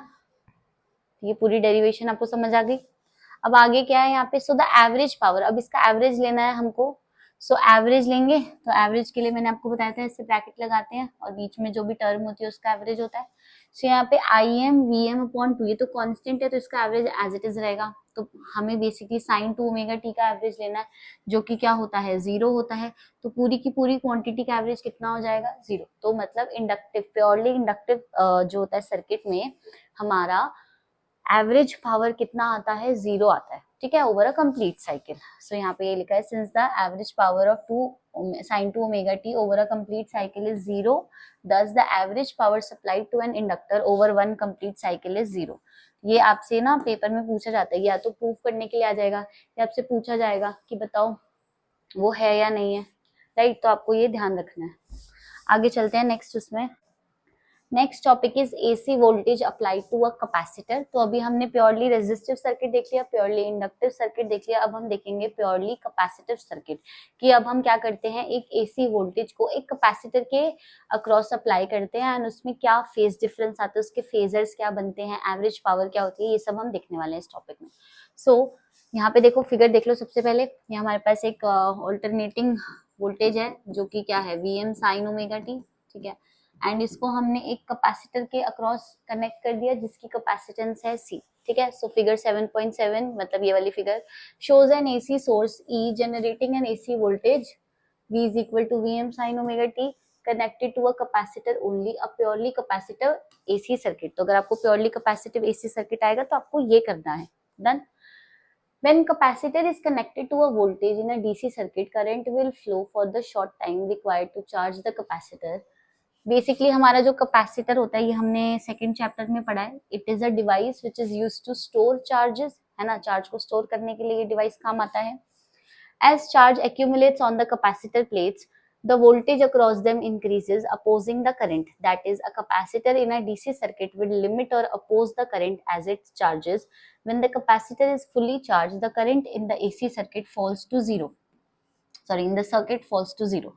तो जब भी क्या होता है, आप इतना याद रखो कि कैपेसिटर जब फुल्ली चार्ज हो जाता है ना, जब हम उसको एक डीसी सर्किट देते हैं, तो यहाँ पे करंट कितना हो जाता है, हमारा 0 हो जाता है, okay. When the capacitor is connected to an AC source, तो बेसिकली जो कैपेसिटर का रोल होता है डीसी करंट के अक्रॉस, वो इतना ज्यादा कुछ नहीं होता, क्योंकि वो उसमें कुछ कंट्रीब्यूट ही नहीं कर पाता, इसीलिए हम कैपेसिटर को एसी सर्किट के सोर्स के अक्रॉस लगाते हैं।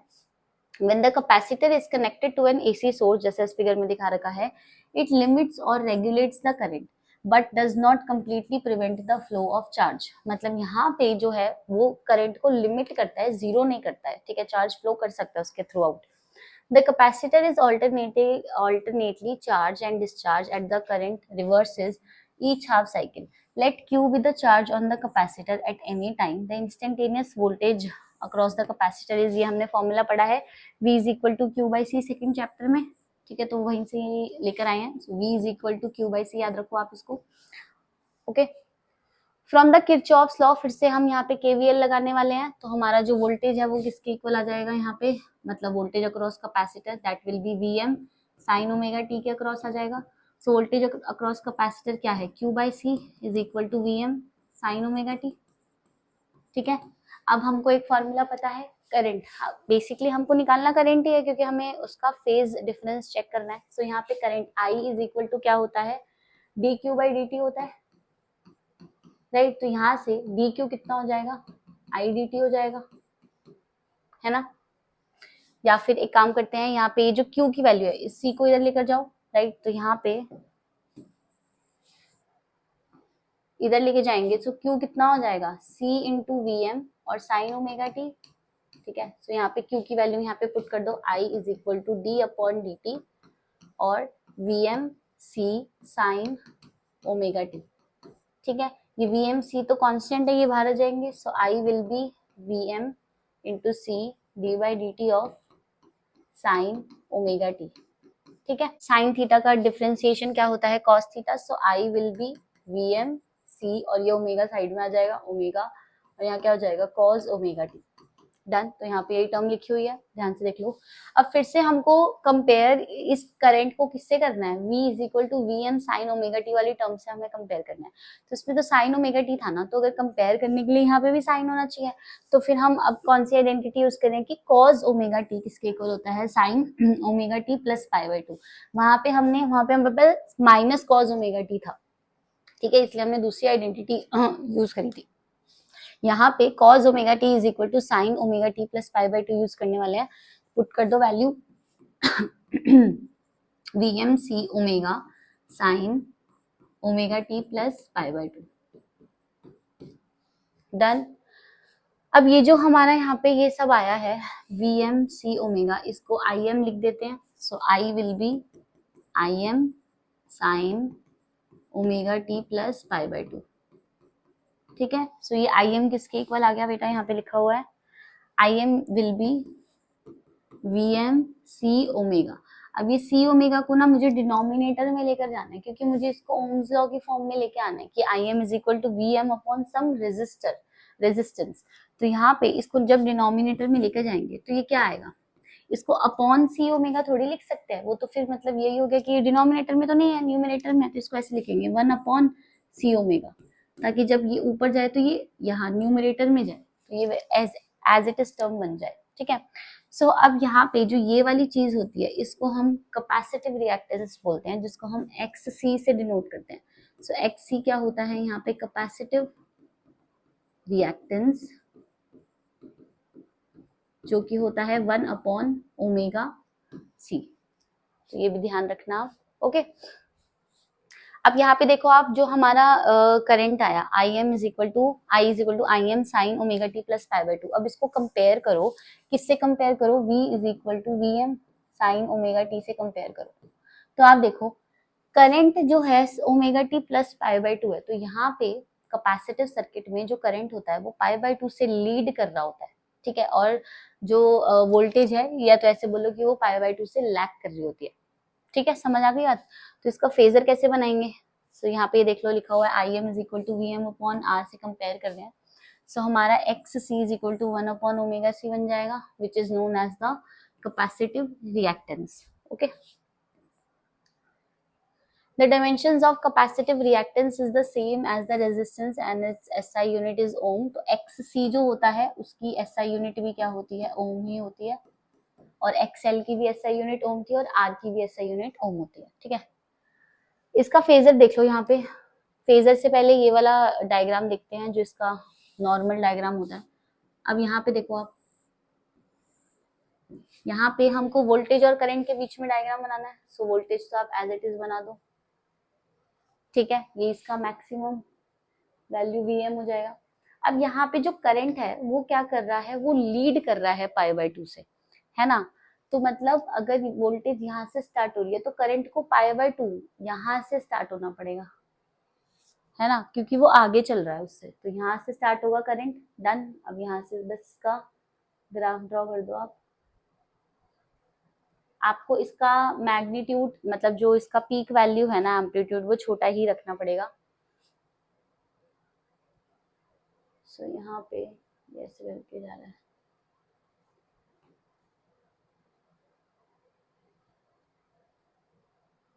अरे यार समझा,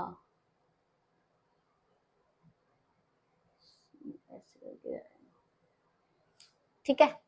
सो यहाँ पे दिस इज 0 है ना, ये चीज पाई है और ये क्या है हमारी 2 पाई और ये ओमेगा टी का है।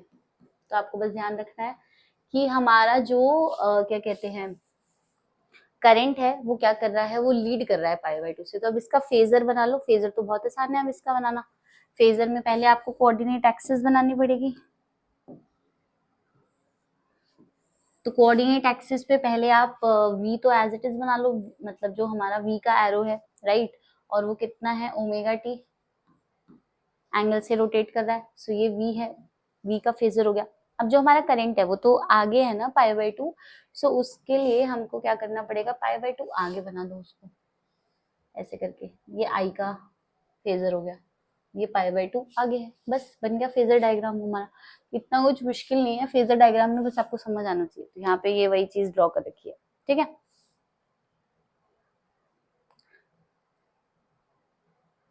सो बस यही है, that shows that the phasor diagram here the current I is pi by 2 ahead of the voltage, है ना, करंट जो है pi by 2 ahead है वोल्टेज फेजर से v से as they rotate counter clockwise।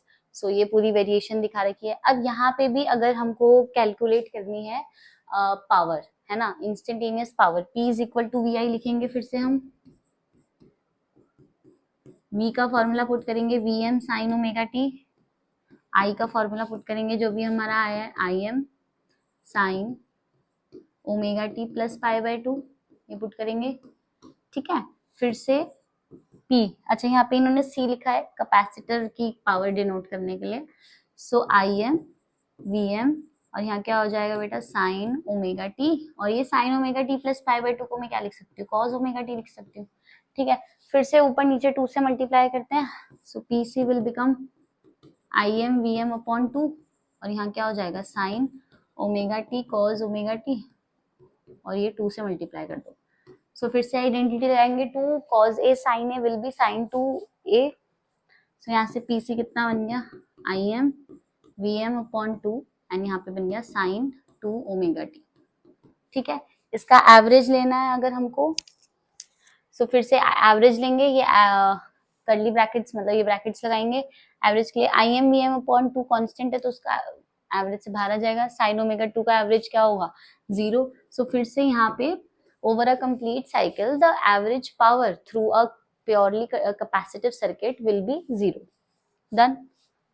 सो यहाँ पे ये लिख रखा है thus we see that in case of an inductor the current lags the voltage by pi by 2 and in case of capacitor current leads the voltage by pi by 2। तो ये चीज आपको याद रखनी है, इसमें बहुत कंफ्यूजन भी हो जाती है। तो इंडक्टर में जो है हमारी वोल्टेज क्या करती है, वो लीड करती है पाई बाय 2 से, या फिर उसमें बोलो कि करंट लैग करता है। और प्योरली कैपेसिटिव सर्किट में हमारा जो है करंट वो क्या करता है, लीड करता है और वोल्टेज लैग करती है by phase difference pi by 2। I think we are clear, आगे चलते हैं। Alright, next topic is AC voltage apply to a series LCR circuit. बहुत ज्यादा इंपॉर्टेंट, मतलब मैक्सिमम क्वेश्चंस इसी टॉपिक में से आते हैं आपके पेपर में, तो बहुत ज्यादा इंपॉर्टेंट टॉपिक है और बहुत इंटरेस्टिंग टॉपिक है। अगर एक बार में समझ आ गया तो दोबारा समझने की जरूरत नहीं है, एक बार में समझ लेना, ठीक है, कि क्या होता है सीरीज एलसीआर सर्किट। पहली बात तो नाम से ही पता चल रहा है सीरीज एलसीआर सर्किट मतलब एल मतलब इंडक्टर जिसकी इंडक्टेंस है एल, सी का मतलब कैपेसिटर जिसकी कैपेसिटेंस है सी, आर मतलब रेजिस्टर जिसकी रेजिस्टेंस है आर। तो एल सी आर को हमने क्या करा, सीरीज में कनेक्ट किया तो बन गया सीरीज एलसीआर सर्किट। अब उसके अंदर फेजर डायग्राम, उसकी इंपिडेंस कैसे कैलकुलेट होती है, ये सब हमको इस टॉपिक में देखना है, ठीक है। तो मैं आपको ना सबसे पहले इसका जो पूरा का पूरा फेजर के थ्रू एक्सप्लेनेशन है वो मैं आपको करके दिखाती हूँ। सीरीज एलसीआर सर्किट में अभी तक हमने जितने भी कॉन्सेप्ट पढ़े हैं, only resistor, only inductor, only capacitor, वो सारे के सारे कॉन्सेप्ट इसमें यूज हो रहे हैं और इसके फेजर डायग्राम में तो बहुत अच्छे से समझना। देखो सबसे पहले इसका डायग्राम देखते हैं, सीरीज एलसीआर सर्किट। ये हमारा क्या है, सीरीज एलसीआर का मतलब यही है ना कि एल सी और आर को सीरीज में लगा दो।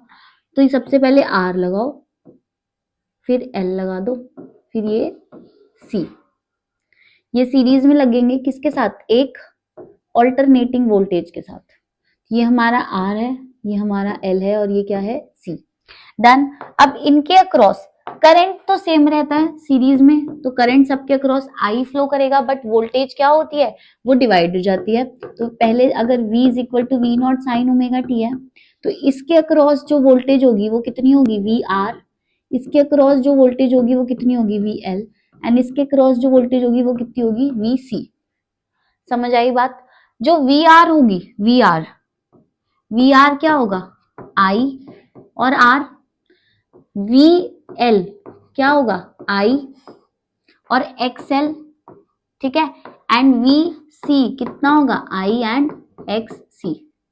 समझ आई बात। ओम्स लॉ लगाया है, सिंपल, और कुछ नहीं किया। तो ये इन तीनों की वैल्यू है। अब सिर्फ आर, अब इसका फेज डायग्राम कैसे बनाएंगे वो मैं बताती हूँ। देखो सर्किट ऐसे ही बन रहा है, resistor, inductor, capacitor connected in series, applied voltage इतनी है, ठीक है। अब इसका फेजर डायग्राम कैसे बनता है और इसके जो एक इम्पिडेंस निकालते हैं हम, वो कैसे निकालते हैं, बहुत ध्यान से सुनना, बहुत बहुत ज्यादा ध्यान से। देखो सबसे पहले तो एक्सिस बनाते हैं, वाइट से बनाते हैं।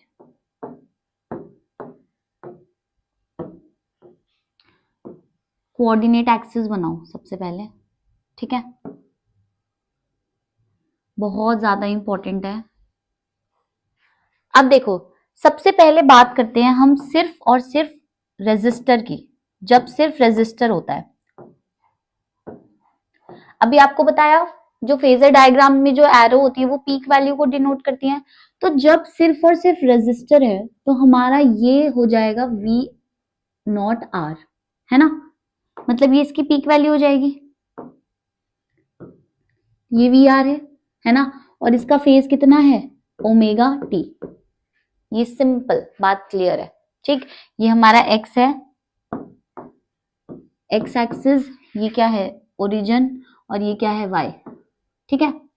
अब सिर्फ रेजिस्टर के केस में जो करंट होता है और वोल्टेज होती है वो सेम फेज में होती है, आपको मैंने पढ़ाया अभी, है ना, सेम फेज में होते हैं। तो इसका फेजर डायग्राम कैसे बनेगा, कहाँ होगा, बिल्कुल इसके ऊपर ओवरलैप करेगा इसको, है ना। तो ये इसका क्या हो जाएगा, current I, this is I hope ये तो क्लियर है ना, one step at a time. अब इसके बाद हम इंडक्टर को ऐड करते हैं इसमें।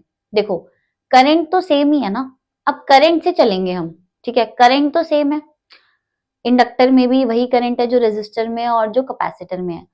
अब इंडक्टर के केस में वोल्टेज आगे होती है पाई बाय 2 फेज से, करंट से, तो करंट बना दिया हमने यहाँ पे। अब वोल्टेज, इंडक्टर की वोल्टेज कहाँ बनाएंगे, पाई बाय 2 आगे, तो उसकी वोल्टेज कहाँ बनेगी, ऐसे करके बनेगी, पाई बाय 2 फेज आगे यहाँ पे, ये। तो ये हो गया हमारा क्या, वी एल। समझे बात, ये आई है ना, इससे पाई बाय 2 फेज आगे, मतलब 90 डिग्री आगे हमारा वी एल बनेगा। समझे, ठीक है। अब लगा दो कैपेसिटर को। कैपेसिटर के केस में क्या होता है, करंट तो आई ही फ्लो कर रहा है, आई बना रखा है हमने, अब हमें बस वोल्टेजेस को अरेंज करना है। कैपेसिटर के केस में करंट लीड करता है वोल्टेज को पाई बाय 2 से, है ना। तो ये करंट है, अब वोल्टेज लैग बिहाइंड कर रही है तो वोल्टेज को पीछे बनाना पड़ेगा। तो ये आ गई हमारी क्या, वोल्टेज, ये क्या है, वोल्टेज कैपेसिटर की, पाई बाय 2 फेज पीछे, ये क्या है, वीसी, और ये इससे पाई बाय 2 फेज पीछे, ठीक है। तो बस यही है हमारा फेजर डायग्राम। अब इसमें एक दो चीजें और ऐड करनी है। देखो ये वीएल एंड वीसी दोनों सेम उस पे एक ही लाइन पे लाई कर रहे हैं, तो वीएल अगर बड़ा है वीसी से तो इनका जो नेट मैग्नीट्यूड होगा, इनका जो नेट मैग्नीट्यूड होगा वो कहाँ जाएगा, वो यहाँ कहीं लाई करेगा, ये चीज, है ना। अब इसको क्या बोलेंगे, इसको बोलेंगे वीएल माइनस, यहाँ पे लिख देती हूँ मैं, इसको बोलेंगे वीएल माइनस वीसी, है ना। अब ये वीएल इतना बड़ा है, ये वीसी है, दोनों को माइनस करेंगे तो इतना कुछ बचेगा और वीएल की डायरेक्शन में आएगा क्योंकि वीएल ग्रेटर है। अब बस ये है हमारा फेजर डायग्राम, ठीक है। अब इस पे हम लगाते हैं पैरेललोग्राम लॉ। पैरेललोग्राम लॉ कैसे लगाते हैं, देखो यहाँ पे एक पैरेललोग्राम टाइप बन रहा है कुछ ऐसे करके, कोई ये बन रहा है पैरेललोग्राम, है ना। ये किसके बीच में बन रहा है, ये V R and V L minus V C, इनके बीच में बन रहा है ये जो हमारा रिजल्टेंट आएगा। तो पैरेललोग्राम लॉ में यही कहता है ना कि जो डायगोनल होता है वो रिजल्टेंट होता है। तो यहाँ पे जो ये डायगोनल है, ये वाला कौन सा कलर रह गया, ये जो डायगोनल है यहाँ पे, ये ऐसे करके, ये क्या होगा हमारा, ये होगा ई, ठीक है, ये इनका रिजल्टेंट है और ये फाई फेज आगे है वी आर से। बस इतना सा ही हमको समझना है, ये पूरा का पूरा फेजर डायग्राम है। ये हमने पैरेललोग्राम लॉ लगाया है और ये जो ई आया है वो इनका, जैसे ये वी आर है और ये वी एल माइनस वी सी, दो हमारे क्या है, साइड्स हैं ऐसे करके। तो हमने एक पैरेललोग्राम बनाया और क्या बना दिया, एक रिजल्टेंट बना दिया जिसको हमने ई बोला, ठीक है। यहाँ वी एल आएगा, वी एल माइनस वी सी, और दूसरा क्या हो जाएगा, आर हो जाएगा, ठीक है। अब इसका जो इसका डेरिवेशन देखते हैं कि कैसे होगी।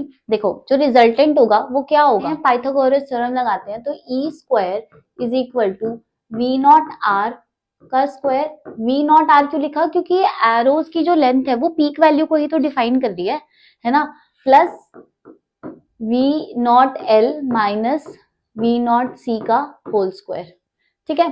तो ई स्क्वायर, अब यहाँ पे वी नॉट आर, अभी मैंने आपको इनकी वैल्यूज बताई है सारी की सारी। वी आर कितना है, आई आर, तो नॉट के लिए यहाँ पे नॉट लग जाएगा, आई के साथ नॉट आ जाएगा, V L I X L, V C I X C, ये सारी वैल्यूज है यहाँ पे पुट करते हैं, तो कितना हो जाएगा, आई नॉट, और इसका भी नॉट ही निकाल रहे हैं हम, ठीक है, R square plus I naught X L minus I naught X C का whole square. I naught square common आ जाएगा, आई नॉट स्क्वायर, और ये कितना बचेगा अंदर, R square plus XL minus X C का होल स्क्वायर, ठीक है, ये स्क्वायर आएगा। तो यहां से अगर सिर्फ ई नॉट निकालना है तो कितना हो गया, I naught under root R square plus XL minus X C का होल स्क्वायर। आई नॉट कितना आ गया, E naught upon under root R square plus XL minus X C का होल स्क्वायर। तो यही कहानी है बस हमारे सीरीज एलसीआर सर्किट की। और जो ये है I naught is equal to क्या हो जाएगा, E naught by Z.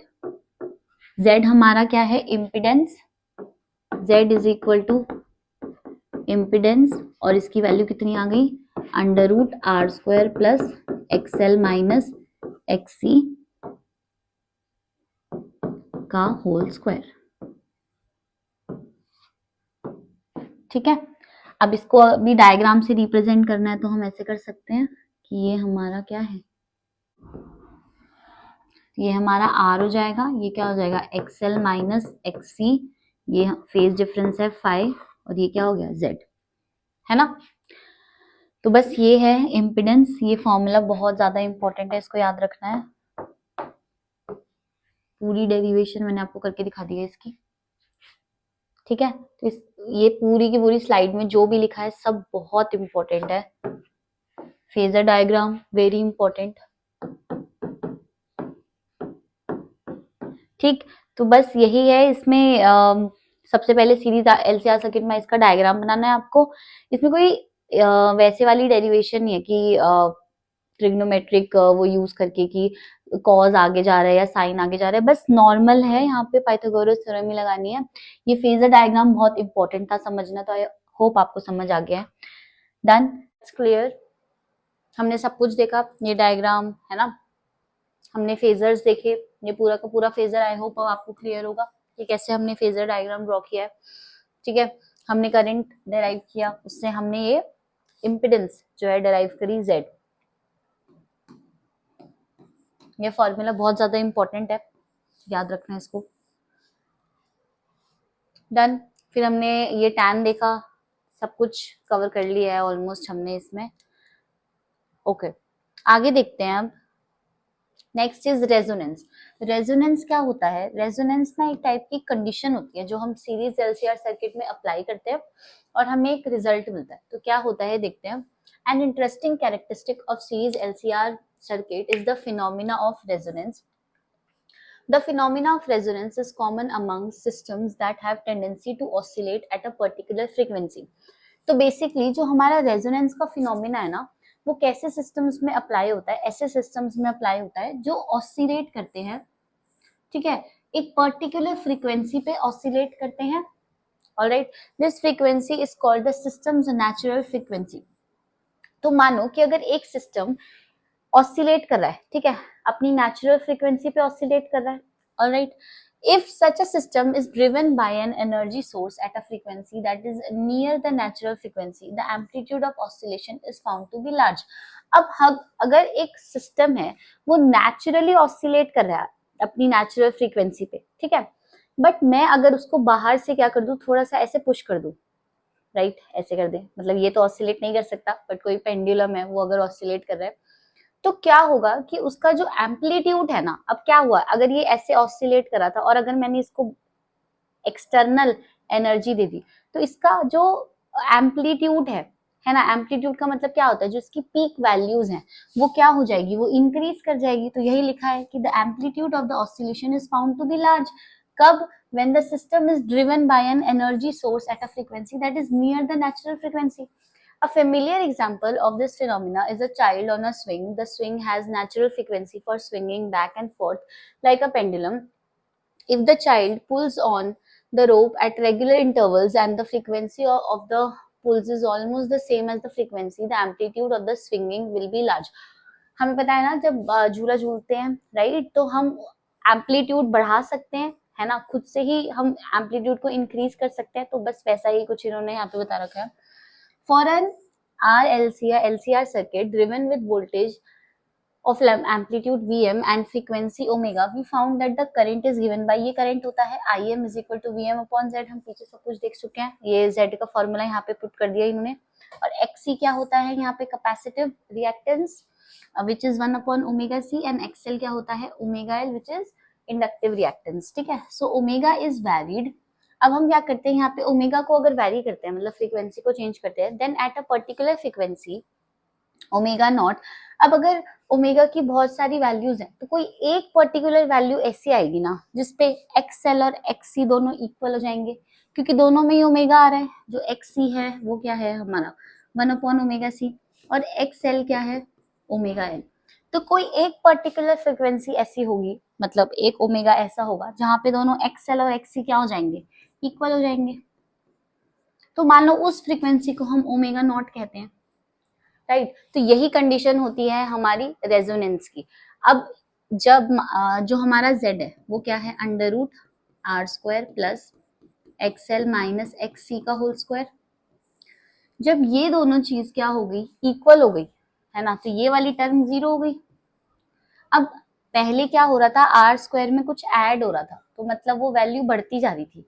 But अगर मैं इसको जीरो कर दूंगी तो ये तो Z किसके इक्वल आ जाएगा, अंडर रूट आर स्क्वायर के, और स्क्वायर हटा देंगे तो ये तो आर आ जाएगा, मतलब Z किसके इक्वल रह गया, बस आर के इक्वल. तो ये इसकी मिनिमम वैल्यू हो गई ना Z की. अगर बाकी सारी वैल्यूज में क्या हो रहा था, चाहे डिफरेंस थोड़ा सा भी आ रहा था, पर आर स्क्वायर में कोई चीज ऐड हो रही है ना, तो वो वैल्यू बढ़ रही है. तो इसकी मिनिमम वैल्यू क्या है, आर है Z की. तो यहाँ पे इम्पिडेंस क्या हो जाएगा, मिनिमम हो जाएगा उस केस में, which is Z is equal to R, right.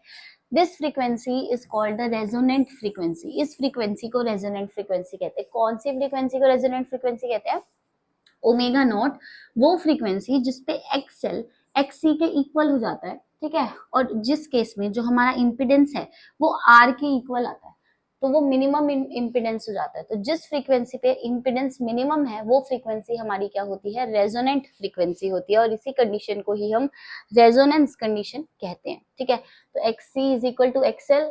अगर हम यहाँ पे एक्ससी को एक्सएल के इक्वल रख दे, एक्ससी की वैल्यू क्या होगी 1 अपॉन ओमेगा सी, और एक्सएल क्या हो गया, ओमेगा एल. ठीक है, यहाँ पे क्रॉस मल्टीप्लाई करो, एल को नीचे ले जाओ, ओमेगा को ऊपर ले आओ, तो 1 upon L C is equal to omega square, right. Square root हटाएंगे यहाँ से, तो ओमेगा किसके इक्वल आ जाएगा, 1 upon under root L C. तो ये होती है हमारी क्या, resonant angular frequency. As resonant frequency the current amplitude is maximum. अब करंट जो होता है बेटा, जो करंट है हमारा, करंट मतलब आई एम क्या था, V M upon Z.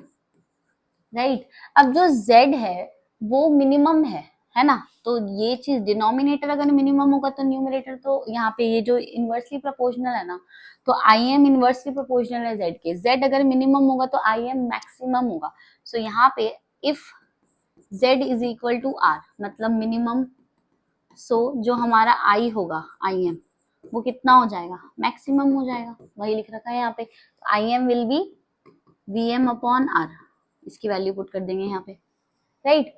So figure 7.16 ये जो है shows the variation of I M with omega in LCR series circuit with L is equal to, ये तो सारी वैल्यूज दी हुई है ना, L को 1 मिली हेनरी रख दिया, C को 1 नैनो फराड रख दिया, ठीक है। और उसके बाद हमने दो कंडीशन ले ली, पहले में R को 100 ओम रखा और दूसरे में R को 200 ओम रखा, तो बस डिफरेंट वैल्यूज कैलकुलेट करिए, ठीक है। तो ये आपसे ये वाला ग्राफ इतना कोई नहीं वो पूछता है, राइट, बट इसकी शेप थोड़ी सी याद रख लेना, है ना, कि दो वैल्यूज पे r इज इक्वल टू 100 और 200 पे जो आई एम है उसका वेरिएशन क्या होता है, तो बस ये शेप आपको थोड़ी सी याद रखनी है कि ऐसा शेप होता है, ध्यान में रख लेना। Okay, resonance circuits have a variety of applications. अब ये जो रेजोनेंस सर्किट है ना, ये क्यों हमने ऐसी कंडीशन लाने के लिए कोई वजह भी तो होगी ना, ऐसे थोड़ी ना हमने बोल दिया कि XL is equal to XC कर दो तो वो रेजोनेंट फ्रीक्वेंसी हो जाएगी। ये जो रेजोनेंट फ्रीक्वेंसी होती है इसकी एप्लीकेशंस भी होती है बहुत सारी डिवाइसेस में इसको अप्लाई करते हैं। For example in the tuning machine mechanism of radio और अ टीवी सेट। चैप्टर के स्टार्टिंग में मैंने आपको बताया था ना कि हम जब रेडियो के चैनल्स को स्विच करते हैं, ठीक है, तो उनको ट्यून करते हैं, तो उधर उस केस में हम ऑल्टरनेटिंग करंट पढ़ेंगे।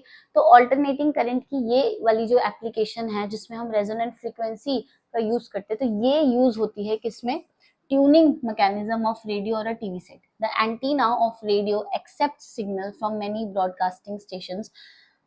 The antenna of the radio accepts, जो हमारा एंटीना होता है रेडियो का, आपके घर में अगर रेडियो अब तो कहाँ ही होता है, ठीक है, बट जो रेडियो होता है उनका जो बड़ा सारा एंटीना होता था ना, वो क्या करता था, वो मल्टीपल स्टेशन से सिग्नल एक्सेप्ट करता था, ठीक है। The signals picked up in the antenna acts as a source in the tuning circuit of the radio. So the circuit can be driven at many frequencies. तो हम उसको उन frequencies पे क्या कर सकते थे, सेट कर सकते थे, ट्यून कर सकते थे. But to hear one particular radio station, but हमको सारा थोड़ी ना सुनना होगा, हम एक साथ सारे रेडियो स्टेशन थोड़ी ना सुन सकते हैं, हमको तो कोई एक रेडियो स्टेशन पे उसको ट्यून करना है, right. We tune the radio. In tuning, we vary the capacitance of the capacitor in the tuning circuit such that the resonant frequency of the circuit become nearly equal to the frequency of the radio signal received. तो हम क्या करते हैं, tune जब हम कर रहे हैं तो हम उसमें क्या कर रहे होते हैं, in tuning we vary the capacitance of a capacitor. जो हमारा ट्यूनिंग सर्किट होगा उसके अंदर, रेडियो के अंदर ही, उसमें ना क्या होगा, एक कैपेसिटर लगा होगा, ठीक है, उसकी कैपेसिटेंस को हम सेट करते हैं। कैसे सेट करते हैं, जब हम उसको उसके नॉब को घुमा रहे होते हैं तो मतलब हम उसकी कैपेसिटेंस को अरेंज कर रहे हैं, ठीक है, such that the resonant frequency of the circuit, मतलब जो सर्किट की फ्रीक्वेंसी आ रही है ना, वो जो सिग्नल है उसकी फ्रीक्वेंसी से मैच हो जाए, उसके नियर बाय आ जाए, तब हमारा जो है वो चैनल चल जाएगा, ठीक है। So equal to the frequency of the radio signal received. When this happens, the amplitude of the current with the frequency of the signal of the particular radio station in the circuit is maximum. तो obviously जब resonant frequency आ गई तो उस case में current क्या हो जाएगा, maximum हो जाएगा। It is important to note that the resonance phenomena is exhibited by circuit only if both L and C are present in the circuit. Only then do voltages across L and C cancel each other, both being out of phase, and the current amplitude is Vm upon R, the total source voltage appearing across R. This means we cannot have resonance in a RL or RC circuit. अच्छा, अब इसमें ये बोला है कि जो resonance condition होती है ना, वो, अब आप बोलोगे कि जब हमको रेजोनेंस कंडीशन में जो हमारा सर्किट है वो प्योरली रेजिस्टिव सर्किट ही तो बन जाता है, तो जो हमने सबसे पहला सर्किट पढ़ा था प्योर रेजिस्टिव, उसमें ही क्यों नहीं हमने रेजोनेंस लगाया, क्योंकि जो हमारा Z है वो तो सिर्फ R के ही इक्वल आ रहा है, तो ये तो प्योरली रेजिस्टिव सर्किट बन गया। बट ऐसा नहीं होता, जो हमारा रेजोनेंस है ना वो सीरीज LCR में ही बनता है, मतलब वहां पे L भी प्रेजेंट होना चाहिए और C भी प्रेजेंट होना चाहिए, ठीक है। उनके इम्पिडेंस जब जो उनके रिएक्टेंस है जब इक्वल होंगी, तभी हमारा क्या होगा, रेजोनेंस कंडीशन ऑब्टेन हो पाएगी। ओके ना तो वो सिंपल प्योरली रेजिस्टिव सर्किट में होगी, ना ही वो आरएल सर्किट में होगी, ना ही वो आरसी सर्किट में ऑब्टेन हो पाएगी, ठीक है। Alright, so power in an AC circuit, the power factor, एक और चीज देख लेते हैं कि एसी जो सर्किट है उसमें पावर क्या होती है। We have seen that voltage, हमें पता है वोल्टेज क्या होती है, V is equal to V M sine omega T, alternating voltage यही होती है हमारी। Applied to a series LCR circuit drive a current in the circuit given by I, तो हमारा करंट क्या आ रहा था, I M sine omega T plus 5, ठीक है। वेयर आई एम की वैल्यू यही थी, आई एम क्या था हमारा, वी एम अपॉन जेड, और जो 5 फेज डिफरेंस था वो क्या था हमारा, tan inverse X C minus XL upon R, सब कुछ बता चुकी हूँ मैं आपको, ठीक है। Therefore the instantaneous power P supplied by the source is, तो पी की जो वैल्यू है उसको पुट करते हैं, पी का फॉर्मूला क्या होता है बेटा, P is equal to V I होता है, वी की वैल्यू पे पुट करो, आई की वैल्यू पे पुट करो, so P is equal to V की वैल्यू पुट करेंगे V M sine omega T, ठीक है। आई की वैल्यू पुट करते हैं I M sine omega T plus 5, done. अब यहाँ पे क्या करते हैं हम, P is equal to V M I M, और ऊपर नीचे 2 से मल्टीप्लाई करते हैं, सो यहाँ पे भी 2 से मल्टीप्लाई करेंगे एंड यहाँ पे भी 2 से मल्टीप्लाई करेंगे, तो क्या बन जाएगा, sine omega T and sine omega T plus 5, ठीक है। अब यहाँ पे जो है हम आइडेंटिटी लगाते हैं, 2 साइन ए साइन बी की आइडेंटिटी लगाओ यहाँ पे, तो यहाँ पे हम यूज करते हैं using 2 sine A sine B, क्या होती है साइन ए साइन बी की identity, which is equal to cos A minus B minus cos A plus B, ठीक है। तो ये आइडेंटिटी यहाँ पे लगाते हैं हमारा, तो हमारा पी कितना आएगा बेटा, V M I M upon 2 cos A minus B, so cos A क्या है हमारा ओमेगा टी, माइनस बी क्या है ओमेगा टी प्लस 5, तो माइनस साइन आ जाएगा, ठीक है, minus cos omega T plus 5, done. अब यहाँ से जो कैंसिल हो रहा है उससे कैंसिल कर दो, so P is equal to V M I M upon 2, यहाँ से omega T cancel, cos minus 5, cos minus theta, cos theta ही होता है, तो यहाँ पे इसको कॉस 5 लिख देंगे, minus cos 2 omega T plus 5, ठीक है। ये omega T plus omega T 2 omega T बन जाएगा, यहाँ पे देखो यही लिखा हुआ है यहाँ पे इन्होंने, ये रही power V M I M upon 2, ठीक है, cos 5 minus cos 2 omega T plus 5, ठीक है, समझ आ गया। क्योंकि एनसीईआरटी में बहुत सारी डेरिवेशंस की ये स्टेप्स स्किप कर देते हैं, इसलिए मैं आपको सारे स्टेप बता के चल रही हूँ। The average power of over a cycle is given by the average of the two terms in RHS of the equation. अगर मुझे इस पावर का एवरेज निकालना है तो मुझे इस टर्म का भी एवरेज निकालना पड़ेगा और मुझे इस टर्म का भी एवरेज निकालना पड़ेगा, ठीक है। It is only the second term which is time dependent, its average is 0, okay। तो ये वाली टर्म तो टाइम पे डिपेंड नहीं कर रही, राइट, तो ये तो cos फाई ही रहेगा, इसका ये टाइम पे डिपेंड कर रहा है, तो इसका एवरेज कितना हो जाएगा, इसका तो 0 हो जाएगा, क्योंकि cos 2 ओमेगा टी प्लस 5 है, इसका एवरेज क्या हो जाएगा 0, ठीक है। तो हमारा जो पी एवरेज बनेगा वो क्या बचेगा, V M I M upon 2 cos 5, ठीक है। अब इस 2 को क्या लिख सकते हैं, इस 2 को क्या मैं √2 इंटू √2 लिख सकती हूँ, तो ये √2 2 बार लिख दिया, so V M upon √2 I M upon √2 cos 5। आपको याद है वी एम अपॉन √2 क्या था, वी आर एम एस, और आई एम अपॉन √2 क्या था, आई आर एम एस। तो यहाँ से ये फॉर्मूला बन गया V R M S I R M S और cos 5, तो ये पावर का फॉर्मूला बन गया, ठीक है। This can also be written as P is equal to I square Z cos 5। अगर मैं यहाँ पे V को लिख दूं I इंटू जेड, है ना, तो यहाँ पे ये P क्या बन जाएगा, आई स्क्वायर जेड cos 5 बन जाएगा। So the average power dissipated depends not only on the voltage and the current but also on the cosine of the phase angle phi between them। तो जो एवरेज पावर है वो 3 चीजों पे depend कर दिया, V पे भी डिपेंड कर दिया, I पे भी, और जो उनके बीच का फेज एंगल है phi उस पे भी डिपेंड कर दिया, ठीक है। द क्वांटिटी cos phi, इस cos phi को ही हम क्या कहते हैं, पावर फैक्टर। तो ये पूछा जाता है आपसे, तो पावर फैक्टर क्या होता है, power factor is equal to cos phi, ठीक है। So let us discuss the following cases. इसमें भी 2-3 केस आते हैं। रेजिस्टिव सर्किट, सबसे पहला केस है रेजिस्टिव सर्किट, मतलब प्योरली रेजिस्टिव सर्किट जिसके बीच अंदर जो फाई होता है, वी और आई के बीच का एंगल वो 0 होता है ना। So if the circuit contains pure R, सिर्फ रेजिस्टेंस है, तो जो सबसे पहला केस मैंने आपको बताया था, याद है, it is called the resistive circuit. उस केस में फाई 0 होता है क्योंकि कोई भी चीज लैग या लीड नहीं कर रही होती, दोनों सिंक में होती है। सो कॉस फाई 0, कॉस 0 1 होता है, ठीक है। There is maximum power dissipation, तो यहाँ पे पावर डिसिपेशन क्या आएगी, मैक्सिमम। मैं आप फॉर्मूला लिख देती हूँ, P is equal to V I cos phi. So cos की जो मैक्सिमम वैल्यू है वो तो 1 है ना, तो जब मैक्सिमम आएगी तभी तो P is equal to V I बनेगा। तो प्योरली रेजिस्टिव सर्किट में जो power dissipation that is maximum, okay. Second is purely inductive और प्योरली कैपेसिटिव।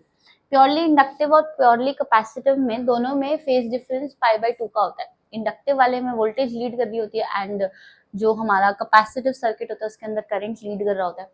सो चाहे कोई भी लीड कर रहा है बट फेज डिफरेंस दोनों में π/2 का ही है ना। So if the circuit contains only an inductor और capacitor, we know that the phase difference between voltage and current is π/2।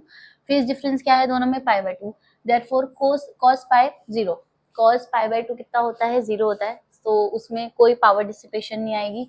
हमने ये करा भी है ना कि एवरेज पावर दोनों केस में 0 आ रही थी, राइट। सो यहाँ पे अच्छा, this current is sometimes refer to as wattless current. तो एक और चीज आपको ध्यान में रखनी है, वॉटलेस करंट क्या होता है, वो करंट जिसपे जो पावर डिसिपेशन होता है, जो एवरेज पावर डिसिपेशन वो कितना होता है, 0। मतलब वॉटलेस, वॉट पावर की यूनिट होती है ना, तो वॉटलेस मतलब उसमें पावर नहीं है। ऐसा करंट जो पावर डिसिपेशन नहीं कर रहा है वो क्या होगा, वॉटलेस करंट होगा, ठीक है। Next is LCR circuit. LCR circuit में in LCR series circuit power dissipated is given by, जो अभी हमने निकाली है, और जो फाई होता है वो ये होता है tan inverse XC minus XL upon R। So phi may be non zero in RL, RC और LCR circuit. Even in such cases, power is dissipated only in the resistor. इसकी power dissipation भी अभी हमने देख लिया पीछे। Case 4, power dissipated at the resonance. Resonance में क्या power dissipated होगी, देखो at resonance XL minus XC is equal to 0. XC XL के इक्वल होता है, XL को इधर ले जाओ, so XC minus XL कितना हो जाएगा, 0। और जो फाई होगा वो कितना होगा, 0। क्योंकि यहाँ से देखो XC माइनस XL 0 है ना, तो यहाँ 0 पुट कर दो तो फाई भी कितना आ जाएगा, 0। तो cos फाई कितना हो जाएगा, 1 एंड P कितना हो जाएगा, maximum. That is maximum power is dissipated in the circuit through R at resonance. Alright, तो ये 4 केसेस आपको करने थे। इजी है, कुछ नहीं है, बस आपको फाई की वैल्यू ही पुट करनी है और आपका आंसर आ जाएगा, ठीक है। आगे चलते हैं।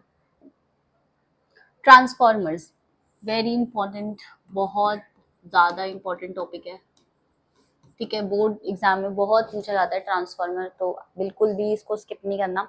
इजी है, कोई डेरिवेशन नहीं है, बस आपको थ्योरी पार्ट ही पढ़ना है इसमें, तो मैं फटाफट से आपको पढ़ा देती हूँ। For many purposes it is necessary to change an alternating voltage from one to another of greater or smaller value. क्या होता है कि हमारे जो आप ट्रांसफार्मर क्या होते हैं, बेसिकली एक डिवाइस होता है जो ऑल्टरनेटिंग वोल्टेज होता है ना, उसकी वैल्यू को चेंज करता है, ठीक है। हाई से लो कन्वर्ट कर सकता है या लो से high as per our convenience. Done. So this is done with a device called the transformer using the principle of mutual induction. और ट्रांसफार्मर का प्रिंसिपल क्या होता है, म्यूचुअल इंडक्शन, जो हमने पिछले चैप्टर इलेक्ट्रोमैग्नेटिक इंडक्शन में पढ़ा था। म्यूचुअल इंडक्शन में आपको थोड़ा याद दिला देती हूँ कि हमारे पास 2 कॉइल थी, क्योंकि म्यूचुअल है ना, तो मतलब 2 कॉइल्स थी हमारे पास। एक कॉइल में हम क्या कर रहे थे, करंट चेंज कर रहे थे, है ना। तो दूसरे कॉइल में क्या हो रहा था, मैग्नेटिक फ्लक्स चेंज होने की वजह से एक ईएमएफ इंड्यूस हो रही थी। तो इसी को ही हम बोलते हैं क्या, म्यूचुअल इंडक्शन का प्रोसेस बोलते हैं, जिसके प्रिंसिपल पे ट्रांसफार्मर काम करता है हमारा। अ ट्रांसफार्मर कंसिस्ट ऑफ, अब इसकी कंस्ट्रक्शन में क्या है, ट्रांसफार्मर में 2 कॉइल्स होती हैं, ठीक है। A transformer consist of 2 set of coils insulated from each other.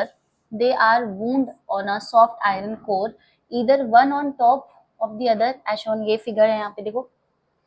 So 2 coils हैं यहाँ पे, एक कॉइल होती है प्राइमरी एक होती है सेकेंडरी। या ठीक है, ये दो इमेजेस इसलिए दिखाई हैं कि या तो ऐसा हो सकता है कि ये आपस में एक दूसरे के ऊपर वुंडेड है, ठीक है, या फिर ये अलग अलग सेपरेटेड है। तो दोनों केस पॉसिबल हैं ट्रांसफार्मर में। एक होती है प्राइमरी कॉइल, दूसरी सेकेंडरी। डन। आगे देखो, तो यहाँ पे और क्या है, आगे देखो, one of the coils called the primary coil has, अच्छा दोनों कॉइल्स में टर्न्स है, कुछ नंबर ऑफ टर्न्स है, ठीक है। तो जो प्राइमरी कॉइल है उसके अंदर जो टर्न्स है उसको हम बोलते हैं एनपी, और जो आउटर अदर कॉइल है जिसको हम सेकेंडरी कॉइल बोलते हैं उसमें नंबर ऑफ टर्न्स है एनएस। तो एनपी जो है नंबर ऑफ टर्न्स है प्राइमरी कॉइल में, और एनएस नंबर ऑफ टर्न्स है सेकेंडरी कॉइल में, ठीक है। Often the primary coil is the input coil and the secondary coil is the output coil of the transformer। यही होता है कि प्राइमरी कॉइल इनपुट कॉइल कहते हैं, है ना, जिसके अंदर हम करंट चेंज कर रहे हैं, और जो सेकेंडरी कॉइल है जिसमें ईएमएफ प्रोड्यूस हो रही है उसको हम आउटपुट कॉइल कहते हैं। When an alternating voltage is applied to the primary, हम एक ऑल्टरनेटिंग वोल्टेज अप्लाई करते हैं प्राइमरी कॉइल में, ठीक है। द रिजल्टिंग करंट प्रोड्यूसेस, अब उससे जो करंट प्रोड्यूस हो रहा है वो भी ऑल्टरनेटिंग करंट है, तो वो करंट चेंज हो रहा है, ठीक है, जिसकी वजह से एक ऑल्टरनेटिंग मैग्नेटिक फ्लक्स जो हो रही है सेकेंडरी कॉइल के साथ लिंक हो रही है और जिसके अंदर ईएमएफ इंड्यूस कर रही है। तो हम क्या कर रहे हैं, पहले प्राइमरी कॉइल में, प्राइमरी जो कॉइल है ना उसके अंदर हम दे रहे हैं ऑल्टरनेटिंग वोल्टेज, ठीक है, जिसकी वजह से प्रोड्यूस हो रहा है क्या, ऑल्टरनेटिंग करंट। डन। जिसकी वजह से जो दूसरी कॉइल है इन सेकेंडरी कॉइल वहां पे क्या प्रोड्यूस हो रहा है, ऑल्टरनेटिंग मैग्नेटिक फ्लक्स, ठीक है। जो क्या प्रोड्यूस कर रहा है, जो प्रोड्यूस कर रहा है इंड्यूस्ड ईएमएफ। तो ये पूरा प्रोसीजर बेसिकली ट्रांसफार्मर के अंदर हो रहा है, ठीक है। The value of this EMF depends on the number of turns in the secondary। अब जितनी EMF यहाँ पे प्रोड्यूस हो रही है सेकेंडरी में वो बेसिकली सेकेंडरी कॉइल के नंबर ऑफ टर्न्स पे डिपेंड करती है। We consider an ideal transformer in which the primary has negligible resistance and all the flux in the core links both primary and the secondary windings। हम basically consider कर रहे हैं कि जो हमारा प्राइमरी कॉइल है उसके अंदर कोई रेजिस्टेंस नहीं है। So let phi be the flux in each turn in the core at the time T due to current in the primary when a voltage Vp is applied to it। Okay। हमने इसमें आपको बस ये दो जो formula लिखे हैं ना, इसमें आपको इलेक्ट्रोमैग्नेटिक इंडक्शन जो पिछला चैप्टर था उसका थोड़ा सा आना चाहिए बेसिक, जिसमें हमने जो है ईएमएफ निकाली थी, है ना, जो फैराडे लॉ होता है वो यही कहता है कि जो हमारी ईएमएफ होती है बेसिकली वो minus D phi by D T के इक्वल होती है, rate of change of flux, है ना। ये माइनस साइन लेंजेस लॉ की वजह से आता है। जो दो लॉज होते हैं हमारे इलेक्ट्रोमैग्नेटिक इंडक्शन, पहला लॉ होता है फैराडे लॉ जो ये कहते हैं E is equal to D phi by D T, और ये माइनस साइन लेंजेस लॉ की वजह से आता है जो उसकी डायरेक्शन को बताता है इंड्यूस ईएमएफ की, ठीक है, कि वो अपोज करती है the cause which produces it. और अगर उसमें कॉइल में नंबर ऑफ टर्न्स है तो यहाँ पे एन आ जाता है, ठीक है, मतलब जो सारे नंबर ऑफ टर्न्स है वो कॉन्ट्रीब्यूट कर रहे हैं हमारे मैग्नेटिक फ्लक्स के चेंज होने में। तो अगर यहाँ पे हम सेकेंडरी कॉइल के लिए लिखेंगे तो यहाँ एनएस आ जाएगा यहाँ पे, ठीक है, और अगर मैं प्राइमरी कॉइल के लिए ईएमएफ लिखूंगी तो यहाँ पे एनपी आ जाएगा, ठीक है, फॉर्मूला दोनों का सेम ही है। Okay, if but EP is equal to VP if this were not so the primary current would be infinite since the primary has zero resistance। okay, so यहाँ पे बेसिकली हम यही बोल रहे हैं कि ये जो ईएमएफ है ये ही वोल्टेज है हमारी सेकेंडरी कॉइल में। So V S is equal to N S minus का साइन के साथ D phi by D T and VP is equal to minus NP D phi by D T, ठीक है। दोनों को डिवाइड करेंगे so D phi by D T cancel out हो जाएगा, तो हमारा वी एस अपॉन वीपी कितना आ जाएगा, और माइनस साइन से माइनस साइन भी कैंसिल हो गया, सो एन एस अपॉन एनपी हमारा ये आ गया। तो ये जो रेशो है ये बहुत इंपॉर्टेंट रेशो होता है। ओके, तो ट्रांसफार्मर का बेसिकली यही रेशो है जो आपको याद रखना है। कैसे आया ये भी आप समझ चुके हो। Note that the above relation has been obtained using the 3 assumptions।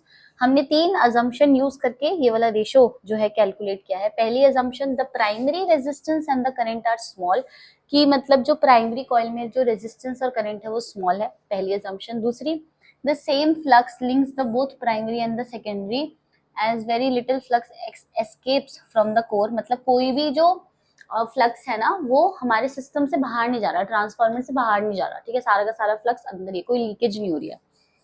Third, the secondary current is small. Third में हम ये बोल रहे हैं कि जो सेकेंडरी करंट है वो स्मॉल है। If the transformer is assume to be 100% efficient, the power input is equal to the power output, and since P is equal to IV, अगर हम ये मान के चले कि जो हमारा ट्रांसफार्मर है 100% एफिशिएंट, वैसे तो ऐसा कोई डिवाइस होता नहीं है कि 100% एफिशिएंट है, कुछ एनर्जी लॉस तो होंगे, जो भी हम आगे पढ़ेंगे ट्रांसफार्मर में भी क्या होता है, पर अगर हम ये मान के चले कि 100% एफिशिएंट है, तो यहाँ पे जो पावर होगी वो कितनी होगी, IP मतलब करंट इन प्राइमरी, VP मतलब voltage in primary, is equal to IS current in secondary, VS voltage in secondary coil. Okay, तो ये रेशियो आपको थोड़ा सा ध्यान में रखना था। Although some energy is always loss, बस मैंने आपको बताया ना कि कोई भी 100% एफिशिएंट तो नहीं होता ना, कुछ एनर्जी तो लॉस होएगी ही। This is a good approximation since a well-designed transformer may have an efficiency of more than 95%. Okay.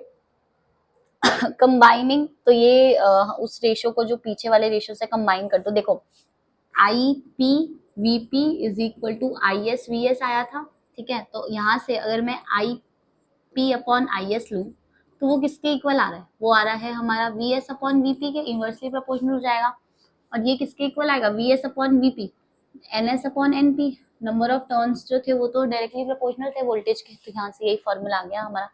Since I and V both oscillate with the same frequency as the AC source, equation 7.35 यही वाली equation gives the ratio of amplitude or RMS values. Now we can see how a transformer affects voltage and current. Okay.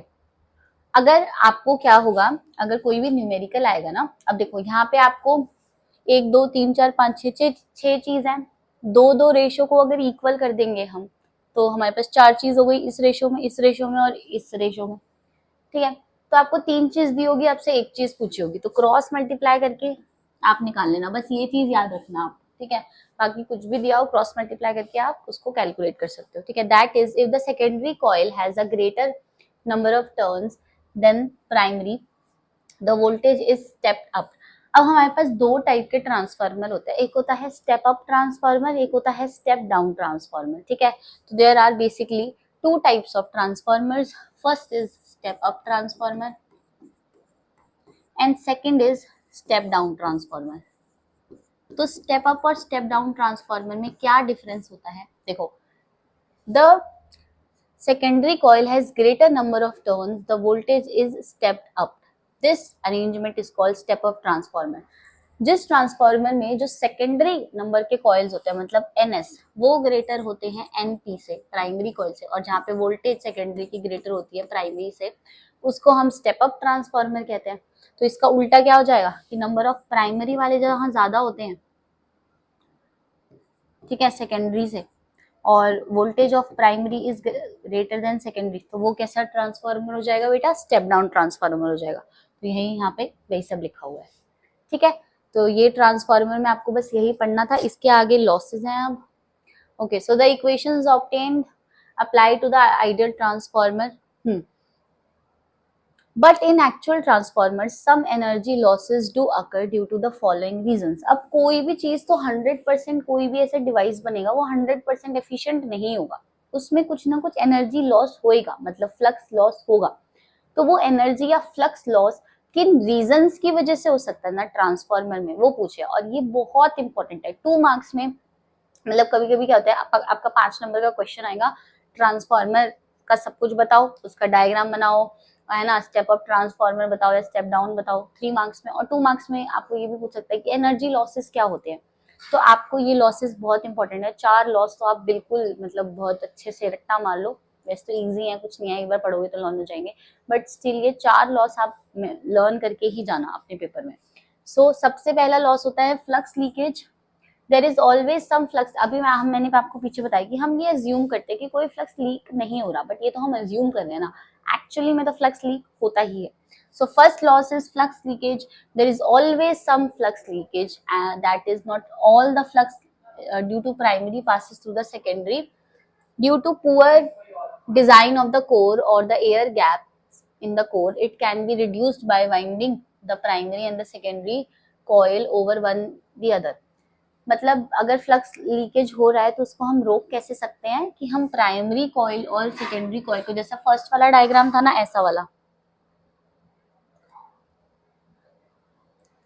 ये वाला, कि हम एक दूसरे के ऊपर इसको वाइंड करके तब हमारा थोड़ा फ्लक्स लीकेज हम कम कर सकते हैं. ओके, तो एक तो ये हो गया. सेकेंड है resistance of the windings. The wire used for windings has some resistance and so energy is lost due to heat produce in the wire I square R. तो जो हमारा जो कॉइल होती है ना, उसकी जो वायर है, जो भी प्राइमरी कॉइल है या सेकेंडरी कॉइल है, उनकी जो वायर्स हैं तो उसका कुछ रेजिस्टेंस होगा. अब उसमें से अगर करंट, ऑल्टरनेटिंग करंट भी चाहे पास हो रहा है, तो करंट तो पास हो रहा है ना, जिसकी वजह से हीटिंग इफेक्ट प्रोड्यूस होगा आई स्क्वायर आर, राइट. तो उसकी वजह से, हीटिंग इफेक्ट की वजह से हीट लॉस हो रहा है, तो वो भी एनर्जी लॉस ही हो गया एक टाइप से. ठीक है, तो सेकंड क्या है, resistance of the windings. Alright, तो ये हम कैसे मिनिमाइज कर सकते हैं, by using a thick wire. एक थिक वायर को यूज करके हम इसको मिनिमाइज कर सकते हैं. Third is AD currents. AD currents क्या होते हैं, the alternating magnetic flux induces AD currents in the iron core and causes heating. जो हमारा मैग्नेटिक फ्लक्स होता है ना, वो क्या करता है, जो हमारी आयरन कोर, जो ट्रांसफार्मर का कोर है, उसके अंदर कुछ करंट्स इंड्यूस कर देता है, जिसको हम एडी करंट्स बोलते हैं, जिसकी वजह से भी क्या होता है, एनर्जी का लॉस होता है. मतलब हीट प्रोड्यूस हो रही है तो एनर्जी लॉस हो रही है. ठीक है, this effect is reduce by using a laminated core. तो इसको हम कैसे रिड्यूस कर सकते हैं, एडी करंट वाले लॉस को, लेमिनेटेड कोर, उसको लेमिनेट करके. ठीक है, हिस्टेरिसिस. फोर्थ लॉस ये है, the magnetization of the core is repeatedly reversed bye alternating magnetic field. The resulting expenditure of energy in the core appears as heat and is kept to a minimum by using magnetic material which has low hysteresis loss. तो बार बार repeated magnetisation होती है, मतलब बार बार magnetic flux आ रहा है क्योंकि alternate हो रहा है ना, तो जिसकी वजह से और ज्यादा क्या होता है, हीट लॉस ही है बेसिकली. तो हीट लॉस की वजह से एनर्जी लॉस हो रहा है. ऑलराइट, तो उसको हम हिस्टेरिसिस लॉस बोलते हैं. और उसको हम कैसे यूज कर सकते हैं भाई, ऐसा मटेरियल यूज कर लो जिसका कम हिस्टेरिसिस लॉस होता है. ओके, तो ये चार टाइप के लॉसेस आपको बहुत अच्छे से आने चाहिए आपको. आप इनका नाम याद कर लो. ठीक है, अंदर तो बस आपको ये हीटिंग लॉस यही सभी लिखना है और कैसे रिड्यूस हो सकते हैं ये पता होना चाहिए. ये बहुत इंपॉर्टेंट चीज है. The large scale transmission and distribution of electrical energy over long distances is done with the use of transformers. तो जब हमें इलेक्ट्रिकल एनर्जी बहुत लार्ज डिस्टेंसेस पे पहुंचानी होती है ना, मतलब वोल्टेज सप्लाई, तो हम ट्रांसफार्मर का यूज करते हैं. The voltage output of the generator is stepped up. It is then transmitted over long distances to an area substation near the consumers.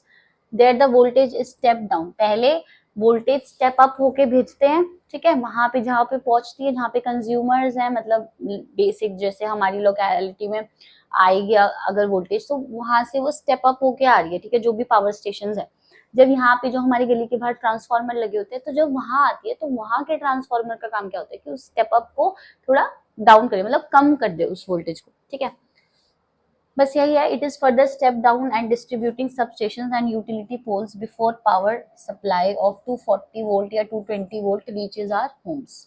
Okay, so यही है हमारे इस चैप्टर में. आई रियली होप कि आपको बहुत अच्छे से समझ आया होगा. डेरिवेशंस, डेफिनेशन और सारी थ्योरी मैंने बहुत अच्छे से, बहुत मेहनत से कराई है. सो अगर पसंद आया तो प्लीज़ वीडियो को लाइक कर देना एंड सब्सक्राइब भी कर देना चैनल, एंड अपने फ्रेंड्स के साथ शेयर भी कर देना. एंड और बहुत सारी वीडियोस भी आने वाली हैं. So stay tuned and all the best.